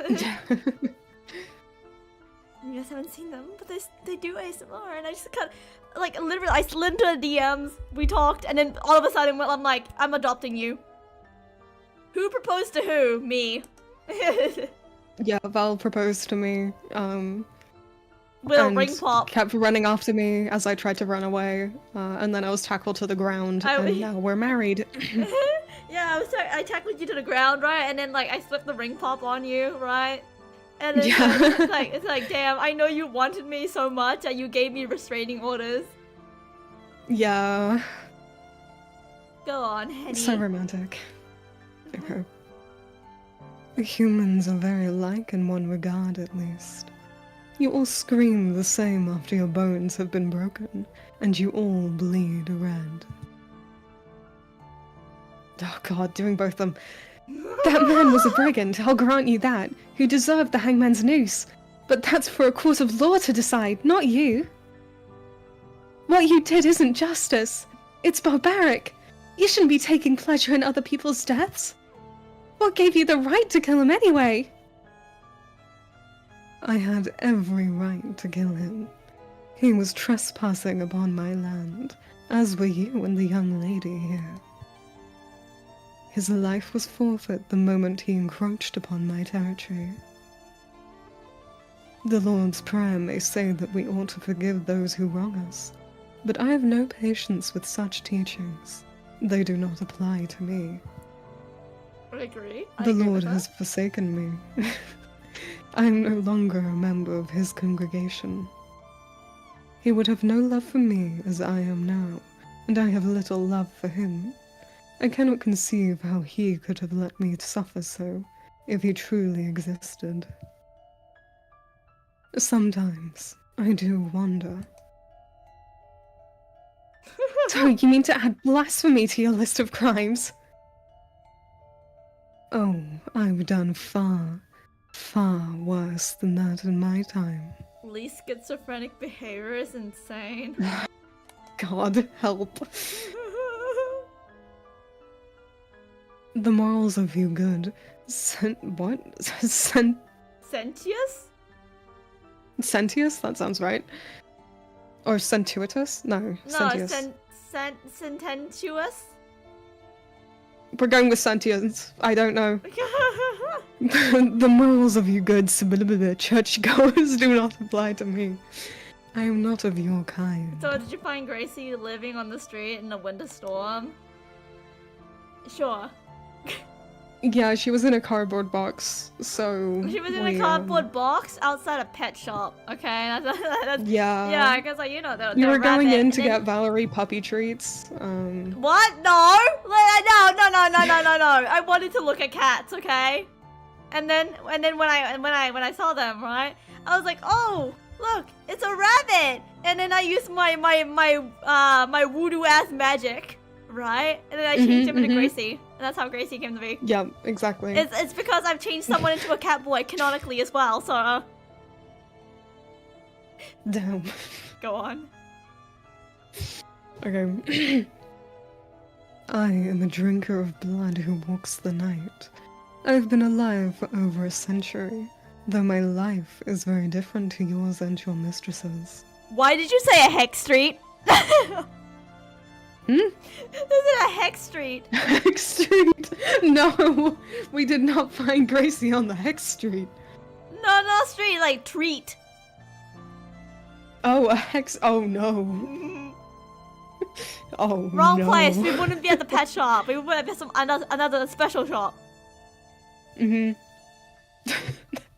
Well, just turn this into a comic or something. Okay, fine. Anyways, carry on.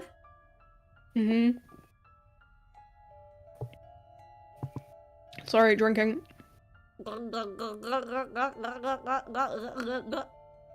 Okay, we're back. The morals of you good, sententious churchgoers do not apply to me. I'm not of your kind. I am a drinker of blood who walks the night. I've been alive for over a century, though my life is very different to yours and your mistress's. I doubt that you could understand me, and neither do I want you to. I've no desire to understand you either. There would be no point. We are much too different.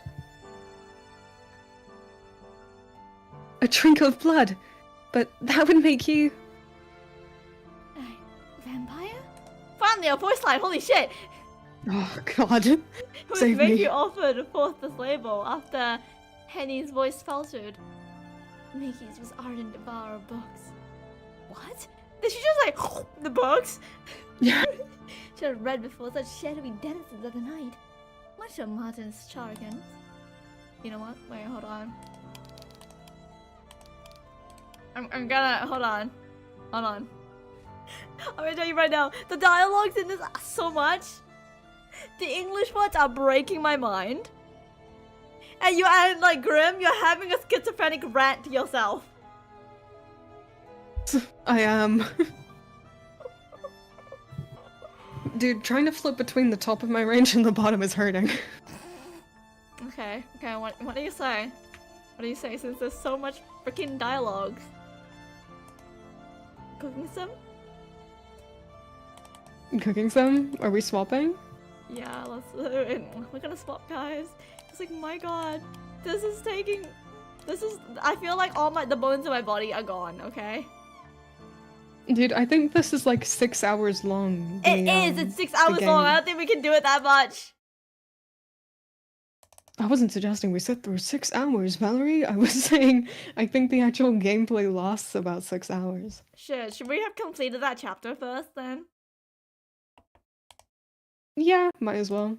Okay, hold on, I need to pull it back up again. Oh my god. Okay. Does this mean I can invade the BC? No. Get the fuck away. I'm banning you from the BC. I'm putting out the fly traps again. Bring out the fly traps! We can't deal with this anymore. Let me... Done. Hold on, we're gonna finish the... What's it cooking? We're gonna finish the chapter. As if you can outrun me. As if you could fight me. This is the skin of a killer, Bella. Okay. Mickey, however, had always preferred books of busy work, particularly work which involves needles. She found herself retelling stories time and time again whenever she needs a break from her own dreary life. Mickey is always read. Oh my god. Bro, you're literally discussing about your books. Yes, Mickey thought, in an oddly detached manner, that did make sense. She had sensed there was something strange about Magdalena when her eyes had first met. Magdalena really must have been a vampire. And this made sense. At least it would have, had Mickey had been a heroine in one of her novels. But Mickey reminded herself this is not akin of a story. Mickey might have consumed books like a starving man, but she had sense enough to know that the words written within the pages of adventure stories or skeins of fiction. Oh my god! Oh my god! She's still talking about vampires! Oh my god! I skipped to your dialogue. I was like, oh my god, this is literally... Yeah, you have 5 dialogues about a book you read. Okay. Wait, to me? Yes, Magdalena. Yes, this is correct. Okay. That is correct. Yes, that is correct. I am a vampire, and this castle is my territory. It and the woods that surround you. Leo, why did you You donate? Leo, what the fuck? I just want to hear Val barking. Thank you, Leo. Oh my god. Bark. Hold on. Oh my god, hold on. I gotta pull up the PNG tuber. Yeah, go for it, Elena, if you had something to say. Okay. Speak your truth. Speak your truth.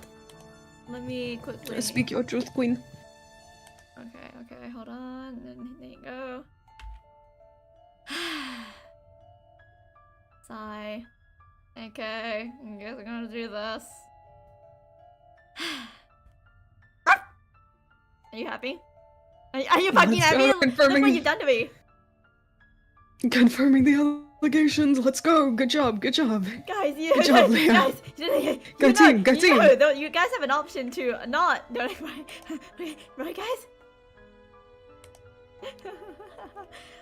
They done manifested puppy vow. It was insane. You wandered into my domain, As they should. Magdalena. You wandered into my domain. Oh, whoopsie. You wandered into my domain, you hopeless little lambs, while on the run from those awful bandits. I know none of this is your fault, and I have no quibbles with you. I'm not blaming you for what occurred tonight. There. See how fair I am. I'm too nice by half. Too nice for my own good cause. You have been awfully surly with me, the both of you, but I've only ever been polite. This I would wait, even let you go if I could. this game is more dialogue. Dispatching. Oh my god. Oh my god, an actual dog. Dispatching. Dude, what? Where, puppy? They- Oh, I see. It was just a whoopsie doodles. Every Okay. time you're trying to make fun, I'm gonna keep making fun of you. I don't care. And I'm gonna deny ever doing it again. Someone clip it. Someone clip it. No! No! Get her. Get her. Okay, Magdalena. Okay. Nom. I would even let you go if I could. Dispatching of brigands is one thing, but I take no pleasure in harming young ladies. But I fear that would be foolhardy. Oh no, they clipped it! Ashley, no! No! Yeah, let's go. Good job. Good job, Ashley. Husband? I'm sorry. Okay. Me, me, me, me. I cannot allow anybody who has wandered into my realm to leave alive. I do not want you telling tall tales. I should snap both of your necks and be done with it, but... Can I make a short video? Of course. Magdalena's red eyes found Mickey's and held them. A smile which hitherto had seemed so easy faded as she frowned. About that, yeah, go for it. You don't seem to be a mere peasant. I can tell from your clothes, dirty though they are, that you are from a wealthy background. Your Listen, voice and your bearing. I can be the worst bully. Yes, even the way you look at me. Oh, Yeah. say it. Say it. Say it. Christ. Say what? Your voice, your bearing. Yes, the way you the way you look at me. Okay. Your voice and your bearing. Yes, even the way you look at me. My legs are divorced. It all suggests that you are, in fact, a lady. Would I be correct in that assessment? Why do you ask? It would be problematic for me if I were to dispatch a woman of renown. I would not want your disappearance to catch the attention of men in high places. If they were to send out a search party into these woods, it's not wholly impossible that they would stumble upon my home. I've lived out of sight from the public eye for nigh on a century, and I have no desire to invite half of Augsburg's constabulary into my home. The idea is incredibly unpleasant. Magdalena pulled a face. As a small child might have, when confronted with a plate of food they cannot much care for. If you really are a lady, I might do well to exercise some caution. Val, your legs were divorced before the papers were even signed. That's fucking crazy. Look, I hear a nice I love voice, that. legs are divorcing themselves. Go on. I suppose I can always spare your life and kill only this dowdy common girl. Your maid, I take it.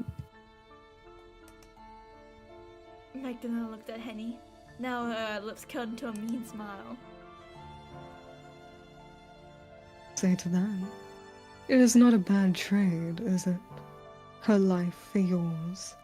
Precious few people who find themselves in my abode are ever able to live to tell the tale. Van You would be Grim, one on the in- next live, I wanted to say something like a proposal, not in a mean way. In the next live, I want to say, what do you mean? Say it now! Wait! You gave my curiosity! Say it now. Say it now! You can't tease us. You can't tease us You with can't this tease us info, like man. this. Go on, baby girl, baby boy. Keep Speak your reading. truth. Okay. You would be wanted. Goodness, how many guests have I had over the years? There must be a good 200 or 300. Aren't you touched by my I would thoughtfulness? love to be touched. Touched by more than my thoughtfulness. The touched by you, baby girl. Silence descended Oh into my God. decrepit Wissel following Magdalena's announcement. Stuck for words, Maggie could only stare at her, lips parted. Would you accept it if I said it? It depends on what it is, so say it! Was she to say Magdalena's proposal? How was she to feel? There was relief, certainly, with the prospect of escaping the cell, but Maggie could take no real pleasure in it. Not when it would come to the cost of Henny's life. Why am I not on fire? Damn. Food, I guess. We're hungry. How could she abandon a friend who had been by her side since her early childhood? Were for not Henny, Maggie knew she would be dead already, butchered like a farmyard animal on a parent's carriage. Then say it! If you don't want me to yell at you, then say it! Henny had rescued her once already. It seemed unconscionable that she should leave her now. Maggie turned over her mind, worrying her teeth with a lowing lip when... Ah! Wait.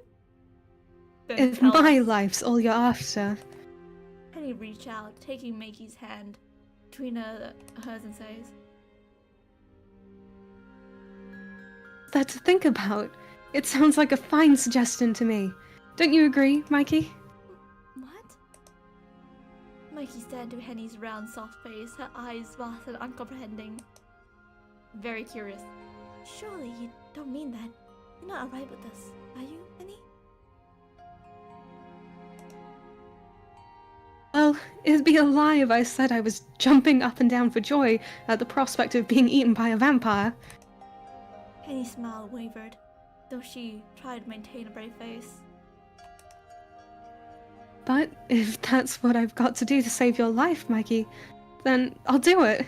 I do love you, after all. I'm not going to let you get hurt. Henny tried to sound brave, but Maggie could hear how her voice trembled all the same. How it feels too. How Henny's hand shook.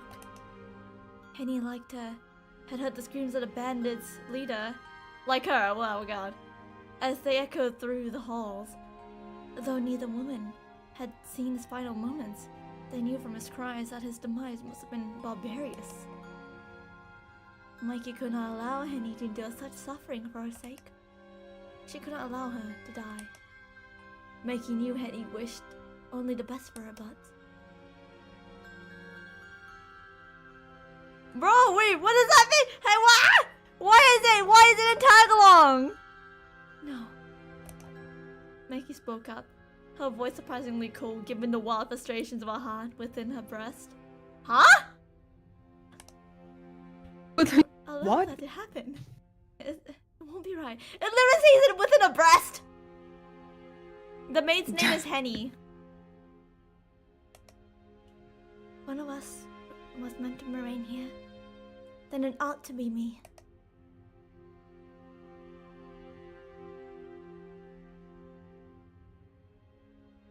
Henny?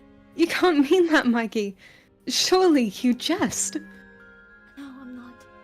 You know I have a terrible sense of humor. Henny, I hardly tell jokes. I do not have enough levity in me for them. Someone translate, please! I translated. Elena, you're already our child. We adopted the entire stream.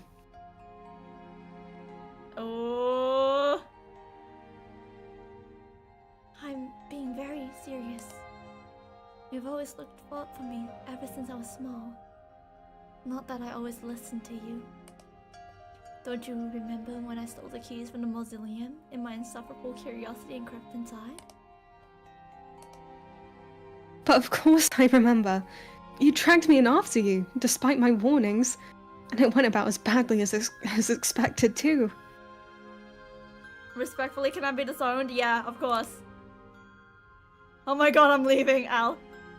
Didn't it just faintly make you smile die through a situation? Was happy to share this memory with Henny. For all she knew, it might be the very well been her last chance to reminisce with her maid like this. Makey knew not from what the future held, but... And was in such an awful mood when she found out. It was quite frightening. I'd never seen anything like it. Oh yes, she was fearfully cross. It's a wonder fire. It's a wonder fire didn't come out of her nostrils. Recall that she struck you. And then, when I tried to argue on your behalf, she struck me too. She struck me so hard, my ears still ring from it sometimes. Such a believer. God, yes. When? I felt awful about it all the time. I really did. I don't care about my punishment. God knows I deserved it. But you'd done nothing wrong. You've been perfectly reasonable about the whole thing. If I listened to you, we could have avoided the furrow together. But I was too reckless. I ignored your wishes, but you still tried to protect me. You jumped to my defense just like a knight, and you were slapped silly for your troubles. It's horribly unfair. It depends, right? I'll find your house is insane! I've dragged you into all sorts of messes before, and you've always come to my defense. You've been a wonderful friend to me throughout the years, but I can't keep relying upon you. I don't want to take advantage of your kindness. Mikey, I like it when you rely on me. Please, feel free to take advantage. That's what I'm here for. No, I can't. It isn't right. It's long past time that I repaid you. By offering yourself up as a sacrifice in my stead? That isn't what I want! Mikey, please! Penny stared at her mistress, her eyes wide and entreating. I love you, but you're acting like a crazy woman. And you're the pinnacle of rationality, are you? Considering this crazy deal? That is truly insane. Gerald, I'll find you, wow! Don't tell me Hey. all this. Of course I've not accepted it. I'm terrified, really. See how my poor hands are shaking. But one of us is... Wait, shit. Huh? One of us biting it. Bleh. One of us biting it has to be better than both of us. If I can protect you, then I must. I will. That's my job. No, it isn't. Not any longer. I'm absolving. What? Absolving. I'm absolving you of your duty, Henny. This farce has lasted long enough. What farce? You know what I mean. Magdalena? Yes. Have you quite finished with your little quarrel? I must confess, I was beginning to feel rather left out. My apologies. I will endeavor not to be so rude in the future to my hostess. Mikey dipped her head in gesture of esteem. Not so very dissimilar to the way Henny was bidden to bob around her mother. Mikey knew she could not afford to anger Magdalena. If Mikey was to save Henny, she would be obliged to beg and bow with a skin scrape. Fortunately, begging and bowing were not beyond Mikey's means, even though she was a lady. She was no stranger to scraping either, having tearfully entreated to her parents, reconsidering her marriage prospects. She had failed that score, but she didn't intend to fail now. She knew what she must say. Seems like a stretch that Magdalena would believe her, but if she did. I fear you are laboring under a misinterpretation, Lady Magdalena. Your reasoning sounds. There would be indeed a ruckus if a noblewoman was to go missing, but your application is not. I am not a lady, you see, but my companion Oh, is. Magdalena raised an eyebrow. then you mean to say you are the maid and this lumpen Henny here is the mistress? Yes, that is correct. I know I'm dressed like a lady, albeit a disgraced one, but that was a part of a Lord and Lady von Essen's ruse. While traveling, they often have me dress as a lady, while Henny, that is to say, Henrique, God, dresses like a maid. It is a means of subterfuge, so that our carriage were to be attacked by bandits, I am the one who would be in harm's way, rather than my mistress. Only a truly desperate bandit would rummage through the pockets of a maid, especially when she is with her lady. Oh, what? Oh, God. Henny? What? Keith, that's... Henny began, but Mikey cut her off. She was warming to a ruse, and she found she could not still her tongue, not until she had delivered her whole address. Lady Henrique is the one whom will be missed in Elsbach, not I. She has a fiancé waiting for her, you know? And he is a very important man. If she doesn't arrive before the dawn of the next day, he will certainly be sent out. He will be certain to send out a search party for her. You will not want that, would you? Magdalena pondered Makey's tall tale for a few moments, one gloved hand resting upon her hip. As she talked, Makey stared at her, compelling her through sheer force of will to accept her tale at face value. Mikey knew her story was patently unbelievable, but she did need to convince a whole jury. She needed to convince only Magdalena. An age since passed, during which nobody spoke until.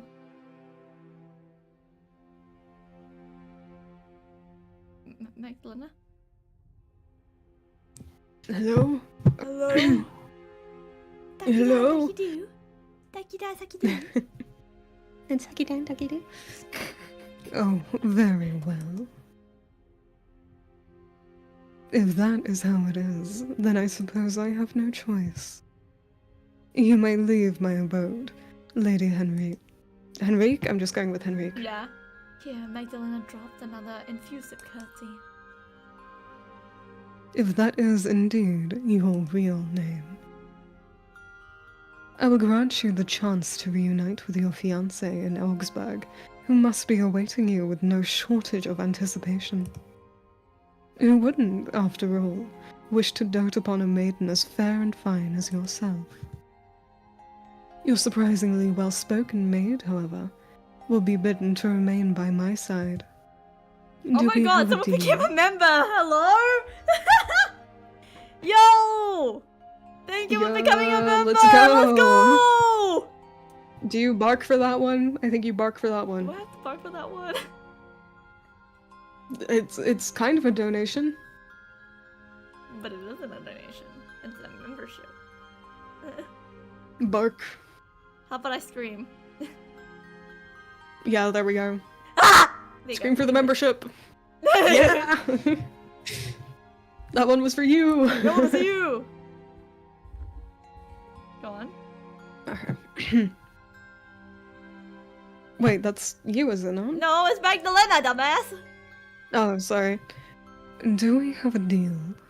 Oh, fine, fine. You guys want me to bark? Fine.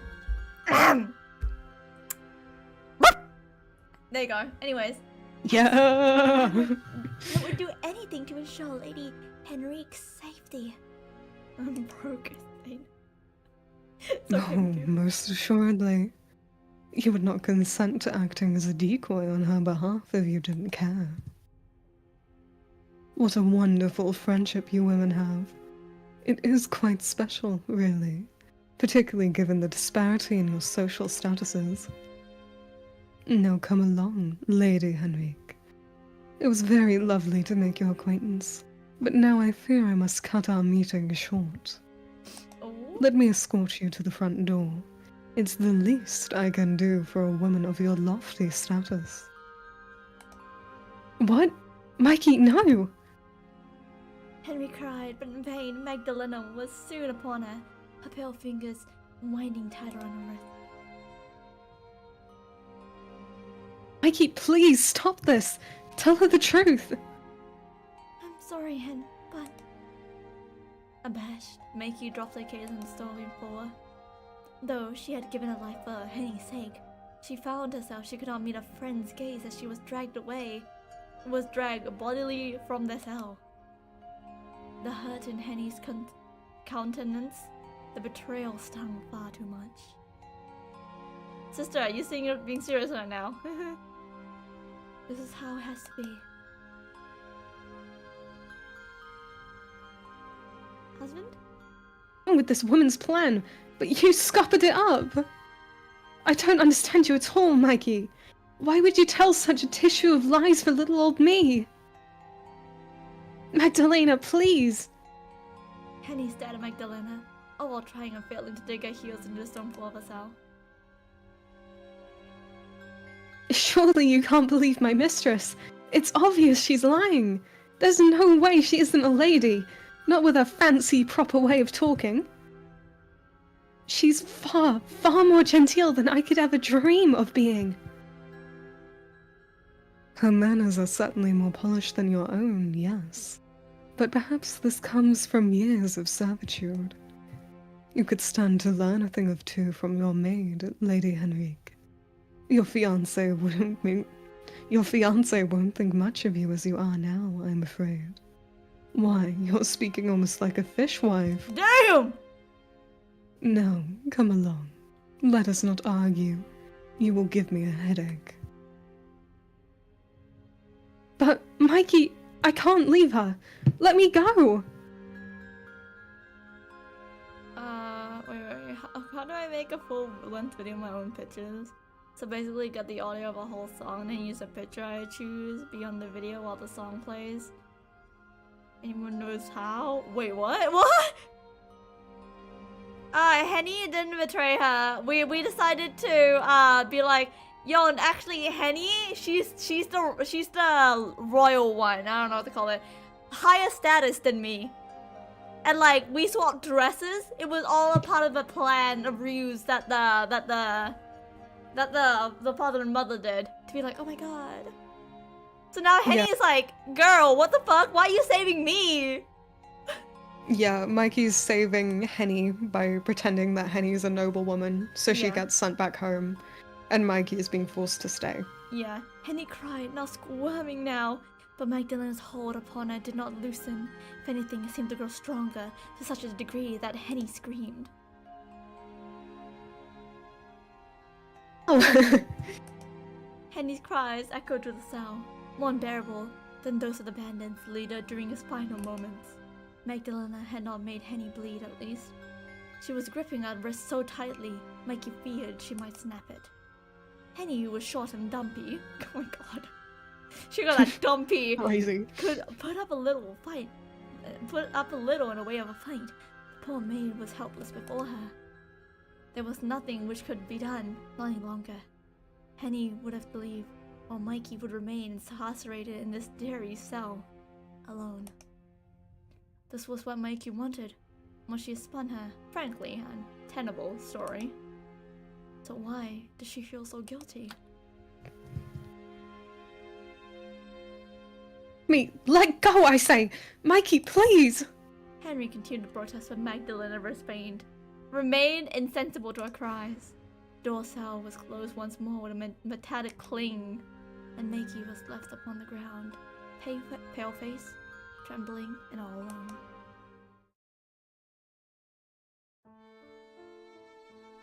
Whoa! Wait, what is this? Okay, yes, I heard a bell. Wait, it's cooking, hold on.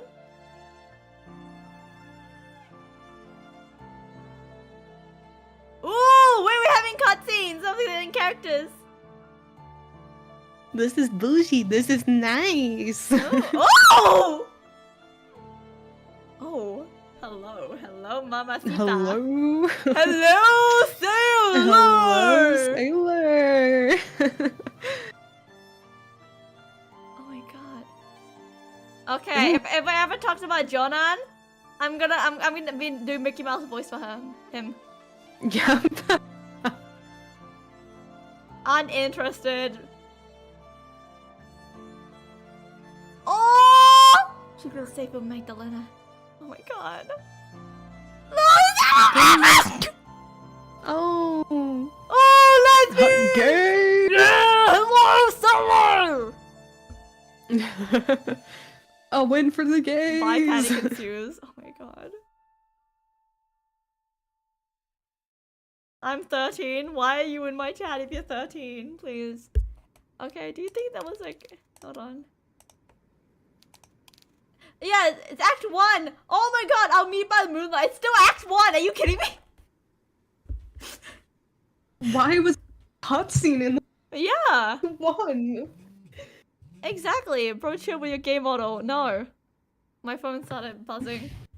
Time passed in an agonizing slow pace as Makey sat across the stone floor of the cell. Her legs demurely crossed! So Very mindful, demure. very demure. Without Henny to cheer her, the air felt colder than it had before, the shadows darker. Magdalena had taken Henny from her cell so abruptly, she hadn't afforded the chance to collect the scattered playing cards. Now these cards were strewn upon the floor, red diamonds, red as Magdalena's eyes, and coal black cubs. Maggie caught her eyes of a nearby joker. His lips pulled into an unsettling smile and shivered. Maggie knew she was being paranoid, but she felt almost as if the card was mocking her. Maggie reached out, fingers trembling, to go grab the card, then flipped it over. She did not want to look at the joker's grinning face. It would have been easier to drive such musings from her mind, yet. Though Maggie tried to keep her and her thoughts placid, the smooth surface of an untroubled lake, sinister quarries, sharp tooth like eels, writhed just beneath the surface. Writhed. Thank you. What would happen I when get you. Magdalena returned? Did she mean to kill Maggie quickly, or would she make her suffer first? Magdalena had seemed to derive great pressure from her torture from the bandit's leader, but she had said she did not care to harm young ladies. Had she meant it? Maggie could only hope. If Magdalena did not mean to kill her, she would do so quickly. She had suffered enough for one night. No, for one lifetime. Maggie, despite her heroism, did not want to die. The thought terrified her. When she imagined how Magdalena might kill her, blade to the throat perhaps, poison, drowning, strangulation.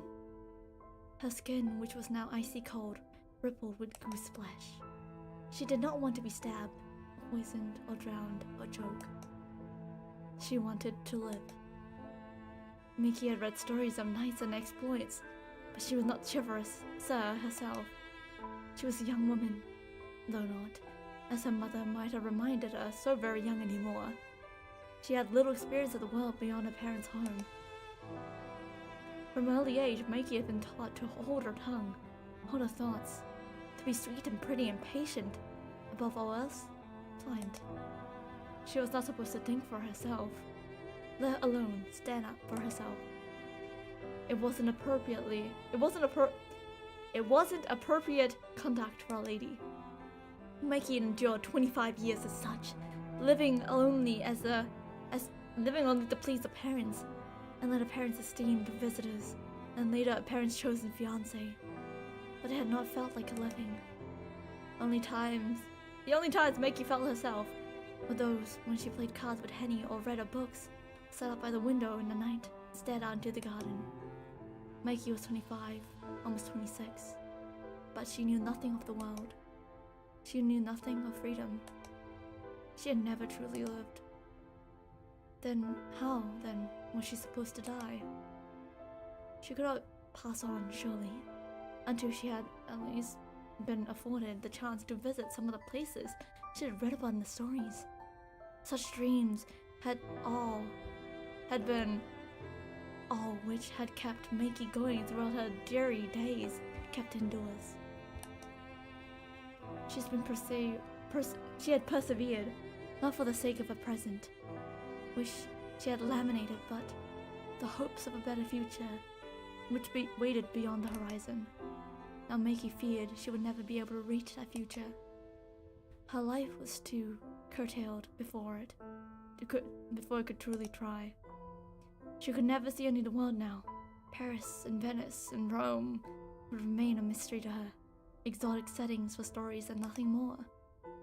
She's been born trapped, and now she would die. The only difference was, it was no longer her parents entrapping her, but a monster. Had her 25 years thus far been a story? Mikey thought bitterly, as it would have been a hopelessly dull one, full of endlessness waiting, but a precious little doing. Waiting to live, waiting to die. Was there any difference between those two states, really? When all was said and done? There's no point in crying about it. Mikey muttered under her breath, in the dark, for her own peace of mind. There is no guarantee I would be allowed to live, even if Magdalena did set me free. I would have returned to her Geraldus. I would have fled. And then I would spend the rest of my days trapped in this house. I would go from being choiced daughter to a closeted wife. Is that any better, really? In Mikey's eyes, it would have been nothing but another form of imprisonment.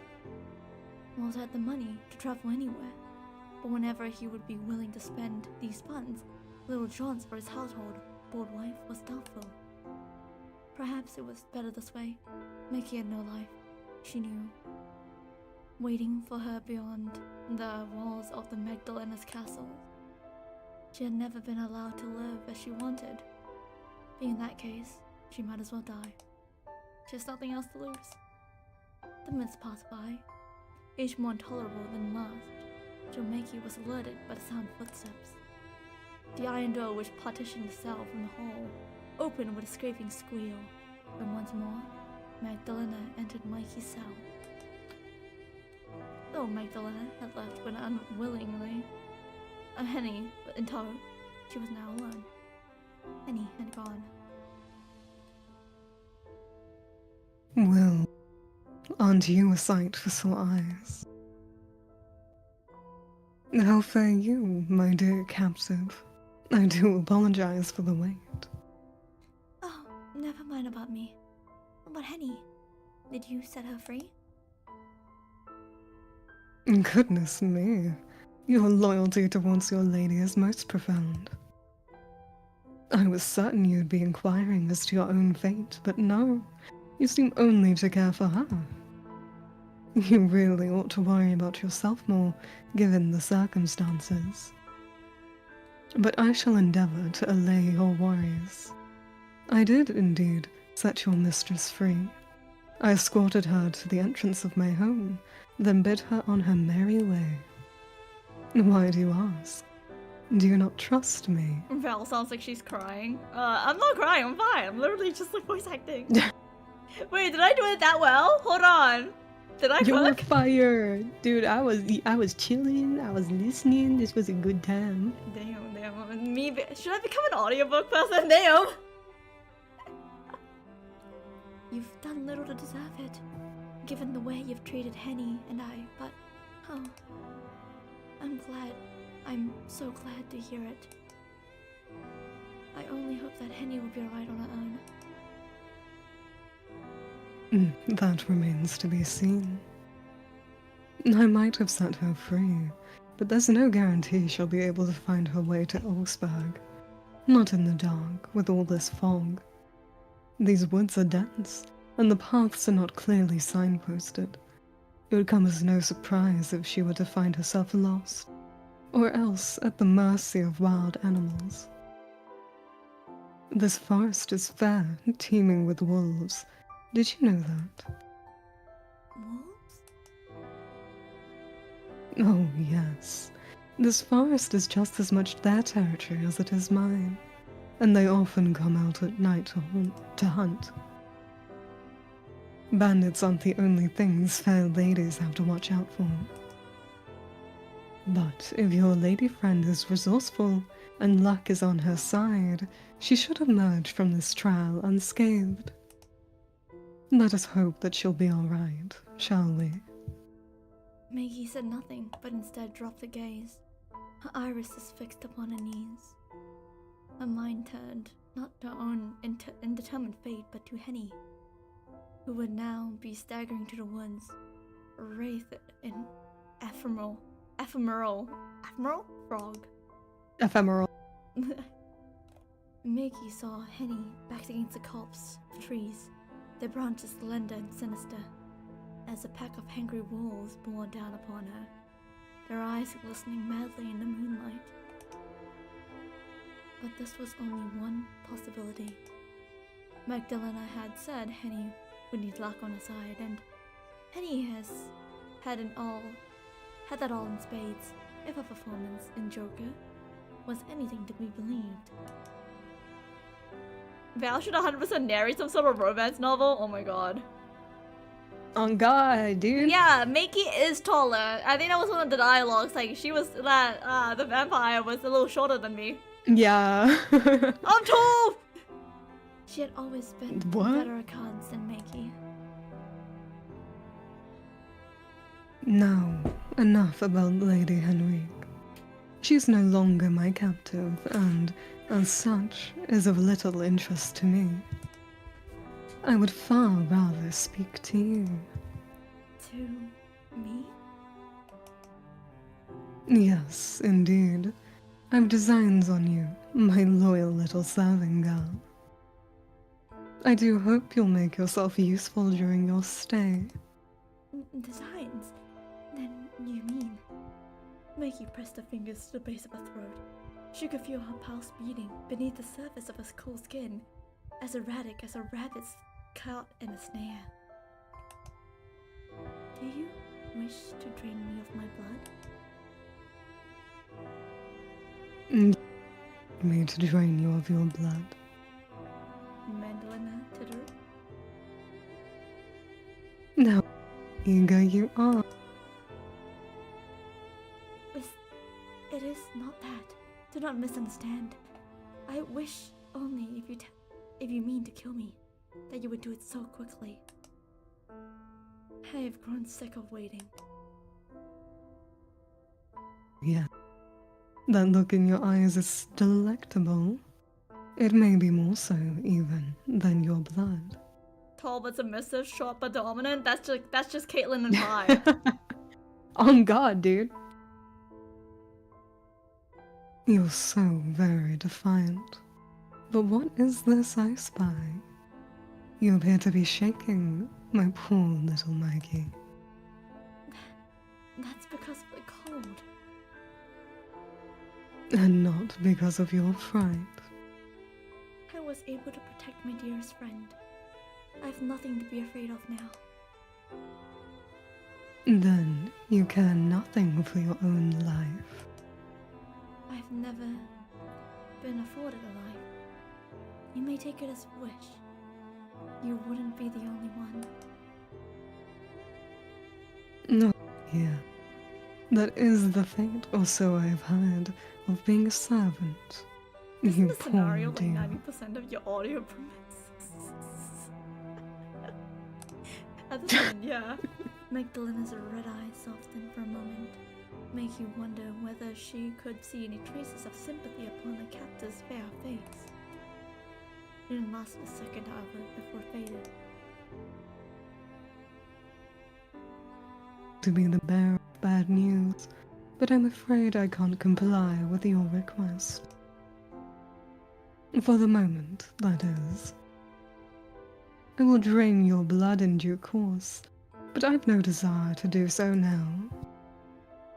The bandits I encountered earlier made for a more than satisfactory meal. I am so glutted, I do not think I could drink another drop of blood. Then, you mean to draw this fast out longer, still? I'll draw it out for as long as I wish until I'm sufficiently thirsty. There seems little sense in overindulging. I'm sure that your blood would taste sweeter than a bandit's, but that only makes it more imperative that I save you until I truly want you. Damn. There was Maggie's death, Magdalena spoke of. There seemed something sultry, seductive even, in the way that she stressed her words. Mikey, who was unused to being wanted, found the blood pooling beneath her cheeks, despite the chill which clung to her. How would it feel when Magdalena brought her lips to her neck? Would it hurt? She supposed she would feel a prickling sensation as Magdalena's teeth sank into her flesh, and then... No, won't you come with me? You'll catch your death of cold, staying inside this dreary cell, and then you'll be of no use to anybody. If I'm to enjoy you properly, I'd prefer to do so while your body is still warm. What? Mikey looks at Magdalena. Her blue eyes uncomprehended. Are you really letting me go? In a manner of speaking, yes. Though I'll only be transporting you from one prison to another. As your hostess, I don't believe that these quarters are wholly appropriate for a long-term stay, especially not for a fair maiden such as yourself. You will be in my abode for several days yet, I fear, until I further need of you. Until then, I would like you to live in some measure of comfort. How? Unexpected. I didn't know you were so gracious. I can be. I've hidden depths, much like the forest that surrounds my humble abode. I do so hate to see you shiver so, and your skin is so pale, poor dear. You and I could almost be sisters. A white skin may be fitting for us vampires, but it isn't so for maidens, not even the fairest in all the land. Now please, follow me. I doubt you've any real wish to stay here, languishing, unless you mean to make a further martyr of yourself. No, Mikey bit some lower lip. She was loath to accept the kindness from Magdalena, but she did raise a fair point. It was cold in the cell and miserable alongside it. She remained here overnight. It did not seem impossible that a blood in her veins might really freeze. Mikey had already given up her own life, but she did not want to die as a stray dog, racked with shivers. If that is what you want from me, then I have no reason to refuse. How very biddable you are. The words which come from your mouth might be stubborn, but it seems you've experience when it comes to following orders. Of course I do. I'm a maid, like I said. Yes, so you did. That would explain your civility. Part of me was hoping you might refuse, so that I would be bidden to carry you. But this is fine too. It spares me the effort. No! Carry Shall me! we? Carry me! Carry me! Carry me! Please, lead the way. The difference! The switch up is insane! 1-to-1, back to back. Maggie dropped Magdalena a curtsy this time, taking her dirty skirts between her fingers, the pads of which had turned pink from the cold. Magdalena smiled at this display. For a prisoner, you're awfully cheeky. Val just wants uppies. That's insane. I'm crippled. Of course I do. Grim, uppies! Then turned Yeah, I got to you. menu after bidding Mikey to follow. Naturally, Mikey obeyed. She could see she had little choice in the matter. Magdalena led Mikey down a twisting hallway, packed full of cells identical to the one Mikey and Henny had been imprisoned in. Mikey tried not to peer in these cells as she passed, but curiosity soon overcame her, and she found her head swiveling. She feared, as she stared through the darkness, she might encounter sights more horrific than she was capable of comprehending. Rusted torture instruments, perhaps dead bodies. But it was so very dark in the bowels of the Magdalena's home that Mikey could scarcely see anything. Not even the moonlight, which spilled intermittently through the barred windows, could fully illuminate the sprawling prison complex. This, Mikey supposed, tearing her eyes away from one of the cells as she passed it, was probably a good thing. She had witnessed enough horrors for one night. Magdalena eventually brought Mikey to the front of the staircase, which led her up from the subterranean cells. Full. Magdalena cautioned Mikey before they began their ascent. These steps are steep and slippery too. Oh my gosh, she cares about If me. you fall, Oh. if you fall, you may break your neck. Oh my god, she cares about me. And Oh my Mikey god, was twirling my nervous. hair. She might have laughed to hear her jailer fuss over her too. At the very least, it would be swifter demise than freezing in a prison cell. Mikey felt a little in the way of humor, however, as she took a chill banister between her right hand and began to climb. She could recognize the irony in Magdalena's warning, though only vaguely. Her mouth felt hued with permanent line, as though it was carved from stone. Her brow furrowed. It seemed unlikely she would ever smile again. Oh my god, oh my god, that's something else that isn't the cell. The chill of the basement faded as Maggie cleared the final steps of a twisting staircase to emerge in a spacious hallway lined with arched windows.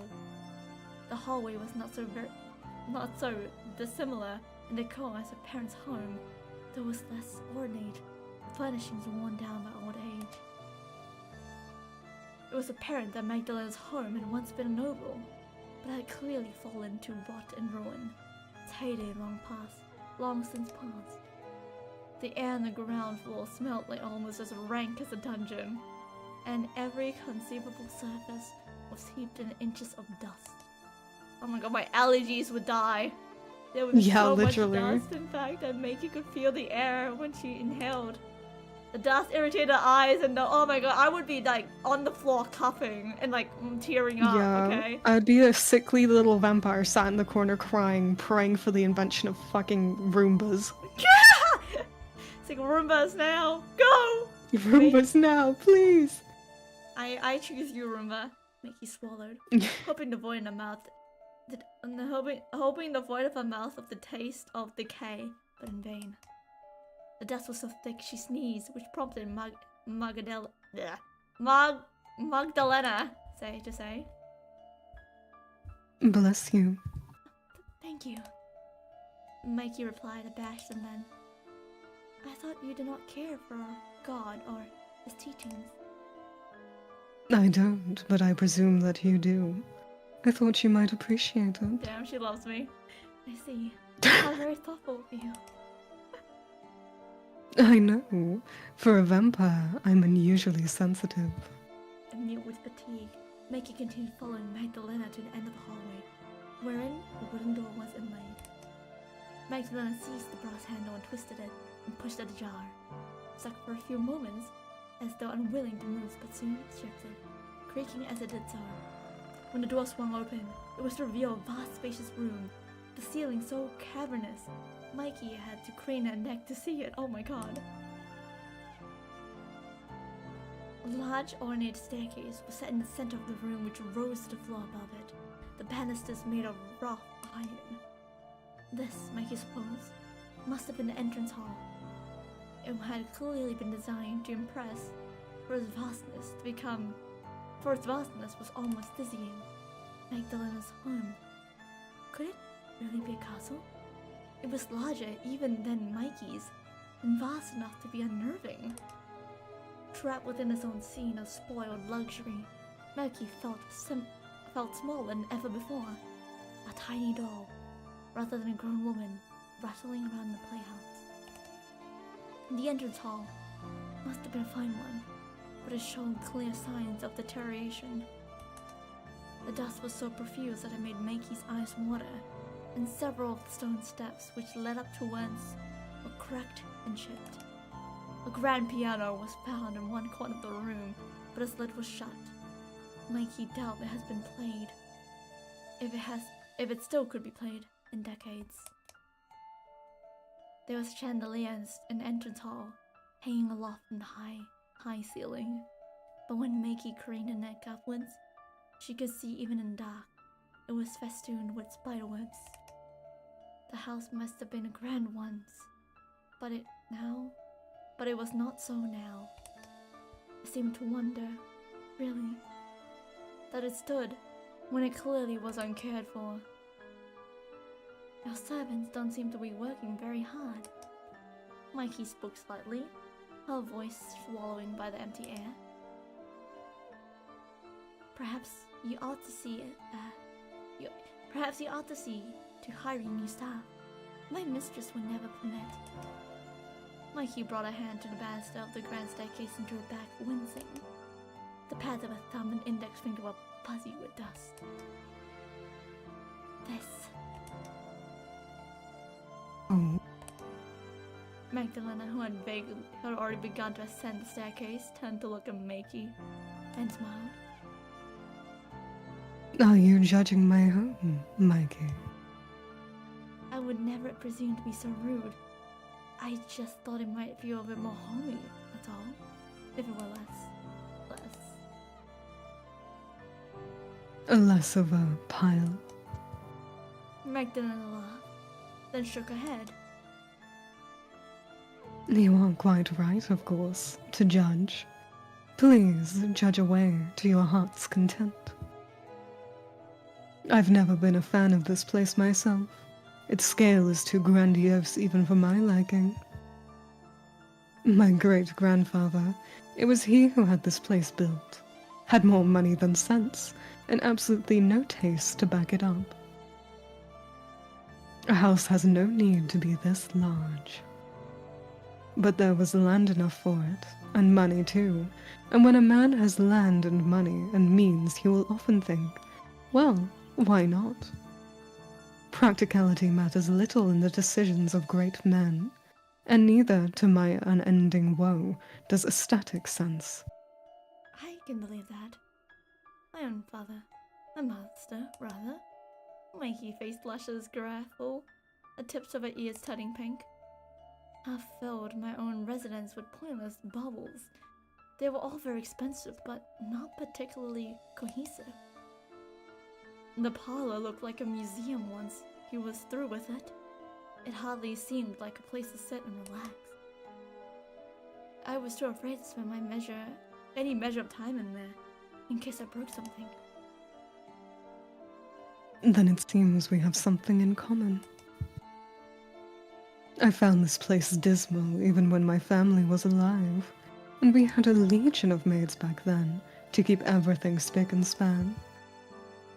They kept the dust and the cobwebs at bay, bless their hearts, but they couldn't combat the loneliness. Now, my family is dead, and all our maids along with them. Oh! I can hardly take on new hires, being what I am, so my home was rather left to go to ruin. I clean what I can, but there's so very much house to clean, and only one of me. It's quite the overwhelming challenge. My attempts at cleaning have fallen quite by the wayside during the last half a century. I hope you can forgive my slovenliness. No, it's fine. I understand. You're too kind. Magdalena's red eyes softened as they head back in the dungeon. It's something akin to sympathy, but before Makey could ponder this, the jailer turned. Oh, listen to me prattle on. It is most inconsiderate of me, especially when you must be tired. Let us make haste to your room. Hopefully the act will end at the room. It was as Magdalena said. She really did feel tired. She was more than ready to lie down beneath warm covers or even lukewarm covers and sleep. Anything would have been better than the stone floor upon she had been laying on. Mikey yawned, her eyes blossoming with tears anew, while pressing her right hand, fingertips freckled with dust, instinctively to her mouth. Oh? But half asleep, though she was, Mikey's senses were alerted enough for her to detect a sudden noise. There came a yawning aghast the entrance hall, sound not dissimilar to that Makey had heard in the dungeon. It was a scream, or was it? Makey was unsure. The scream was fainter than the one she had detected in the dungeon, but it seemed to emit not from the ground, under which the castle lays, but above her head. Was there another person concealed in Magdalena's abode? Someone other than herself? Was there another captive, kept separate from the rest? Was it Henny? Magdalena? Please. Magdalena's quite the mouthful. I'd rather you use the nickname, as you did with your mistress. Make you wish to contest this, but our relationship with Magdalena wasn't close enough to allow the use of nicknames, but she felt too tired to engage in an argument. What did it matter, really? How she addressed Magdalena? When she would soon be dead. Lena then. What was that noise I just heard? What? You didn't just hear it? Mikey stared at Magdalena, expression one of patent disbelief. It wasn't very loud, I'll grant you, but it was unmistakable. I swear it sounded like a scream. Scream, Magdalena pondered, one hand beneath her chin. Oh, Such darn. sounds are not unheard of in my abode, when I'm attending to a prisoner. Mikey shivered. But there is nobody here now except me and you. Nobody living, at least. Then, not the imprisoned bandit? Certainly not. He will never make a peep again. I made sure of that with my own 2 hands. If your mom's about to wake up, go to sleep. Yeah, oh god. It would be hard for him to speak with half his throat torn out, you see. Oh! Make you press a hand on her own throat as if to check its integrity. And so she did so, choked. The air was too thick with dust, it was hard to breathe. Worry not. It was not your mistress who screamed thus, if that is what you are wondering. I am a woman of my word, and I promise I let her go. She is quite... well... She's not necessarily alright, but she is away from me, and there is the possibility that she might live to see another dawn. Then who screamed? What was that sound? It must have been your imagination. You have overexerted yourself after this night's events. Anybody would be exhausted in your situation. It didn't feel like a dream, though. No, Magdalena shrugged in a manner which did not seem quite in keeping her aristocratic bearing. suppose it must have been the wind then. It is very draughty in here. Is that all? That's all it could have been, unless you mean to suggest that the dead can speak. Magdalena's red eyes bored into Mikey's, so intense Makey feared they would consume her. Unsettled, Makey glanced away. No, I wasn't suggesting that. Good. I know it is expected for women to lose their minds at the drop of a hat, but I've grown quite sick of being regarded as the weaker sex. I'm pleased to see you're doing your level best not to let us down. Why, you haven't swooned even once, which is more than most men can say when I bring them here. It's really quite commendable. You might swoon, though, from a lack of sleep. It must have been the wind. Totally the wind. It was the wind. If we continue to tarry. Let us be off, or we shall never make it to our destination. Makey nodded, then followed along behind her hostess anew. She could no longer hear the scream, but its memory haunted her on the same. The cry she had heard, though briefly, had it not sounded like a breeze, regardless of what Magdalena said. Mikey was certain that sound belonged to a person, but why would Magdalena lie about such a thing? It was impossible to say. Oh! Here we are, home sweet home. So, Magdalena looked at Makey with an amused smile playing along her lips. what do you think? Makey examined the room mutely. Her hands folded at her front. The chamber Magdalena had brought her to was dark, only lit by a pair of candles on either side of the bed. Kinky, Mikey couldn't despise the darkness, as it was every bit as derelict as the rest of Magdalena's home, however. And even if she hadn't been able to see it, she would have been able to smell it. The air was fusty, as though it has been left to circulate inside the room for years upon end, which it most likely had. Every surface, meanwhile, was covered in dust. The sheets upon the bed were, though neatly made, were wholly with age and with insects as the carpets upon the floor. It was a sad room, which has been ignorant of human occupation for years, but it was still a superior set of lodgings to those in which Makey had awoken. At least this room had a bed, 4 posters, one, no less, and like the others in Makey's home, with a mattress and sheets, upon which Makey could rest her weak, very limbs. The bedchamber had a wardrobe too, though Makey possessed nothing to store in it, to save for the tattered clothes upon her own back. There was a writing desk upon which it laid a basket for washing, and chamber pot for more delicate business beneath. This pot was thankfully far cleaner than the one Makey had found in the dungeon. So white and spotless, she imagined it unused. The desk faced a large window, which currently obscured by a set of dark blue curtains. Oh my god, she's just describing, and she shivered, I don't care.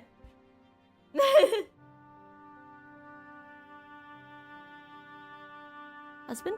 Okay, wait, so we skipped to... Okay, yeah, I was catching up. Do you not have a tongue in your head? What does that mean? Magdalena and you don't make you are yet to speak. Don't tell me that you've come over all shy. I brought you to this room solely so that you might sleep. I have no wicked designs on your innocence, regardless of how pretty you are. I only want your blood, not your body. Why not both? Why not both? I can give you both! Why not both? We can fuck it and you can decide. You can drink all my blood then. I don't care. Let me. Oh god! Rail me, lady! Rail me! Take your punch. Short King Vampire!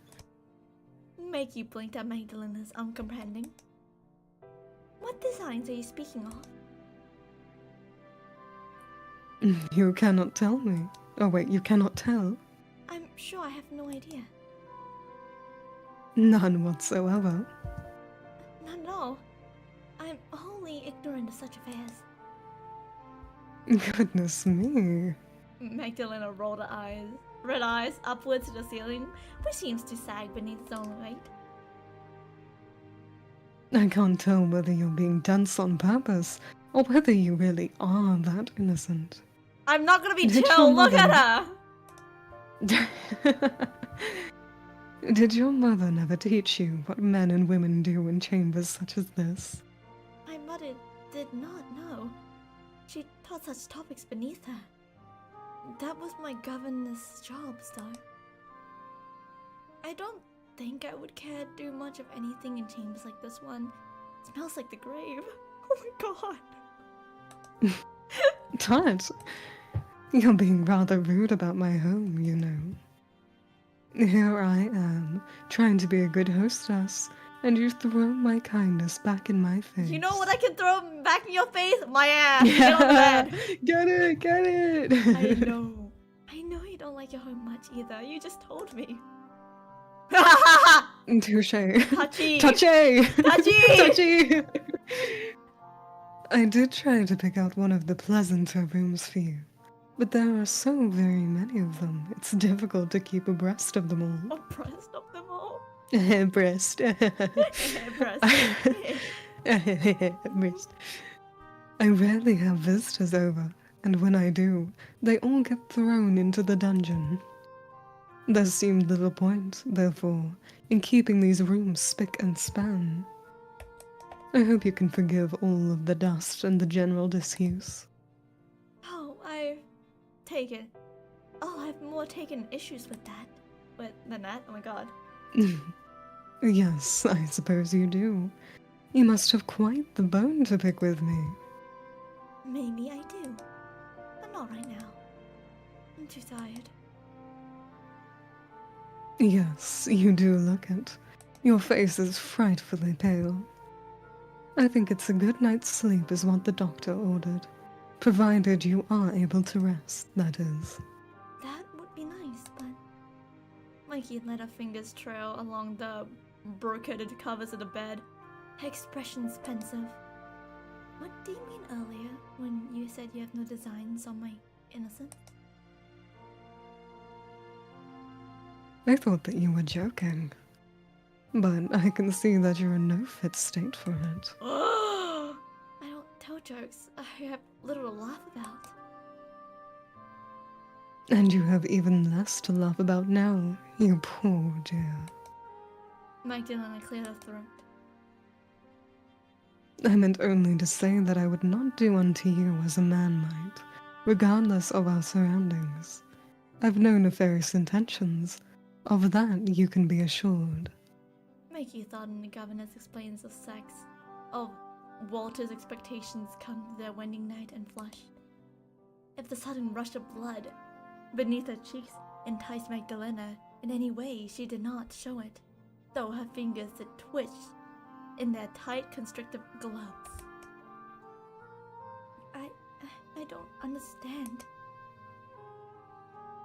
I know that men and women do behind closed door. But how could two women said something similar? It's not oh my god. It's like, oh, she's like, get on the bed, I'm gonna show you how to scissors. Yeah. And here we go. Here we go. This Here is, we go, tutorial. welcome to my time. lesson. Welcome to my tutorial. Spread your legs and let me just... Tutorial, fuck. You think so? I know so. Governess explained everything to me in general detail when one wishes to make a baby. Hold on. Did I just... Yeah. Well... Two women cannot do that. There would be no sense to do it. I think people ought to do things only because they make sense. Why are we talking about making a child? I just want to go to bed. That is quite narrow-minded. But people are often uneducated in such affairs, both in my time and your own. In some ways, the world has changed a great deal, yet in others... Well, never mind.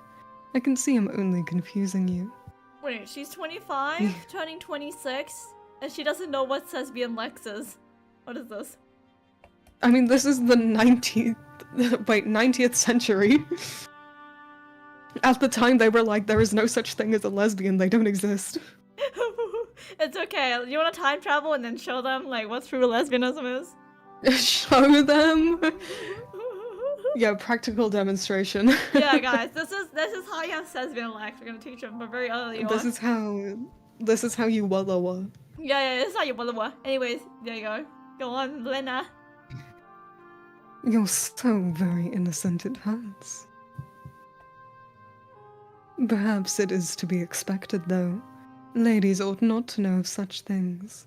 They are born and bred to be ignorant. What? Mickey had not understood the full implements of Magdalena's previous layman, but she understood well enough what she meant by this. Why would you call me that? I already told you I'm not a lady,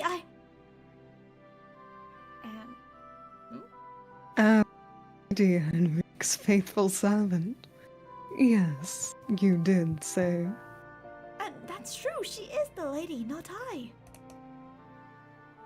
You did labor that point quite intensely, yes, back in the cells. You were so fervent about it, you almost had me fooled. At least. At Ooh, yeah, least, sorry, my bad. you would have. I said that the wrong thing. Oops. If you weren't such a terrible actress. Bye, Casey! What? Bye, Casey. Oh, I thought that threesome. I was like, what? Oh, don't what me. It's quite tiresome. Did you think I'd fail to notice all of your fancy turns of phrase? Your vocabulary is that of a well-to-do young madame, not a maid, not even a lady's maid. You wear that sumptuous dress of yours easily, drifted through it is, and your bearing is definitively regal. You could never hope to pass as a common serving girl, not in a month of Sundays. I'm not stupid. Then... Mickey sank down the bed, which creaked beneath her, as if in mourning. Her palms were pressed on the mattress to support her weight, which all of a sudden felt excessive, and her heart was pounding like a drum. You knew I was lying from the very beginning? And I did. It was very obvious. I can tell you have no practice in deceit, Maggie. You're much too sweet for it. Potato! But if you knew I God, was the lying, batat! why did you agree to let Henry go?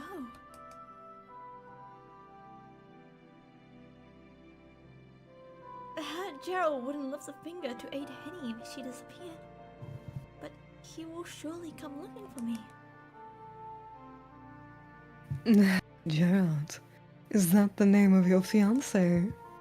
Yes, it is. And you don't refer to him by his Christian name? That is... Dear me, you mustn't be very close to the man. Why, you make him sound like a stranger. Do you truly wish to marry him? I hadn't had any choice. My parents... Ah, yes. It was silly of me to ask. That is how it always goes, isn't it? And what of your fiancé? Does he know you well enough to try and rescue you? I think he might be... Mikey swallowed, tasting the dust on her tongue. He's an important businessman. He takes exacting care over his investments. So I've heard. Yes, this is Wallowa. They just talked about how two women could do the boombaya. I imagined it might be the same for me too. I'm Von Essen, after all. There will be a lot of prestige in wedding me. So, that is how he regards you. As a profitable purchase. I cannot say. After all, I Hardly know him, and therefore cannot judge how he sees you.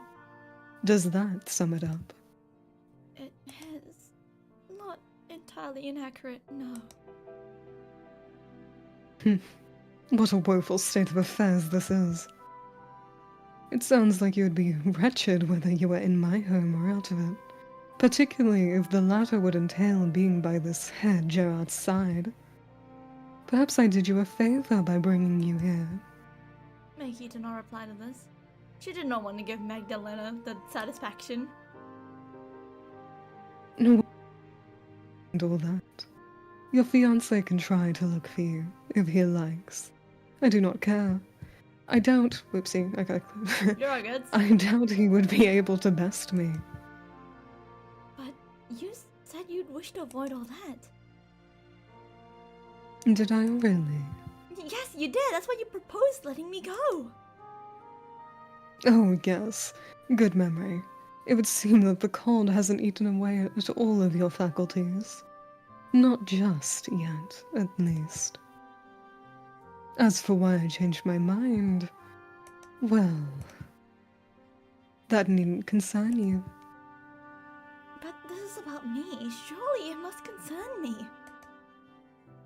Oh, there was no real reason behind it. It was nothing more than an act of whimsy on my behalf. If you truly want to know why I went along with your... What the fuck? Chicanery? Then... Let us say that I felt touched when you offered to throw your life away for the sake of your maid. Yeah, who the hell A few invented mistresses. Walla Walla lesbians? The Walla. Few mistresses would be capable of such compassion. It was truly remarkable. I didn't want your efforts to be in vain, that's all. And you're prepared to put yourself in danger for that? No, be in danger. I'm a vampire. I can shatter rib cages with a single touch. Or thereabouts, at least. Now, you really must get some sleep. It'll be much better for you than asking all of these silly questions. But I have nothing to change into. What will I sleep in? I considered as much, and took the liberty of stocking these drawers with some of my own clothes before I fetched you. You should find that they fit, more or less, and they're clean, which is more than can be said for the rest of the linens in this place. There are books on the shelves too, which you may read, and I drew up a basin of water for you to wash yourself in upon waking. You could find no better amenities in any inn. I do hope you have a pleasant night, and sweet dreams. Magdalena smiled, sardonically, then dropped Makey another curtsy. Just try not to breathe in through your nose if the smell bothers you. I wouldn't want you to spend the night coughing. A fair lady such as you needs her sleep. Joy, she laughed. Laughing to herself, Magdalena straightened, then turned. She departed her long cloak to railing against the aged spot carpet, then shut the door behind her. Maggie waited until she heard Magdalena's footsteps fade, then rose once more to her feet. She crossed the room, her legs trembled, and seizing the doorknob between her fingers, but it stubbornly refused to budge. The door was locked. Of course it is. What did I expect? Defeated, Maggie returned to the bed. Weary from all that happened, she collapsed upon it. Her loose hair strewed in spirals across the sheets. Maggie stared at the ceiling, which was drenched in darkness, softly muttered, "What am I gonna do now?" Maggie's question, of course, fell on deaf ears. There was nobody to hear her. She was all alone.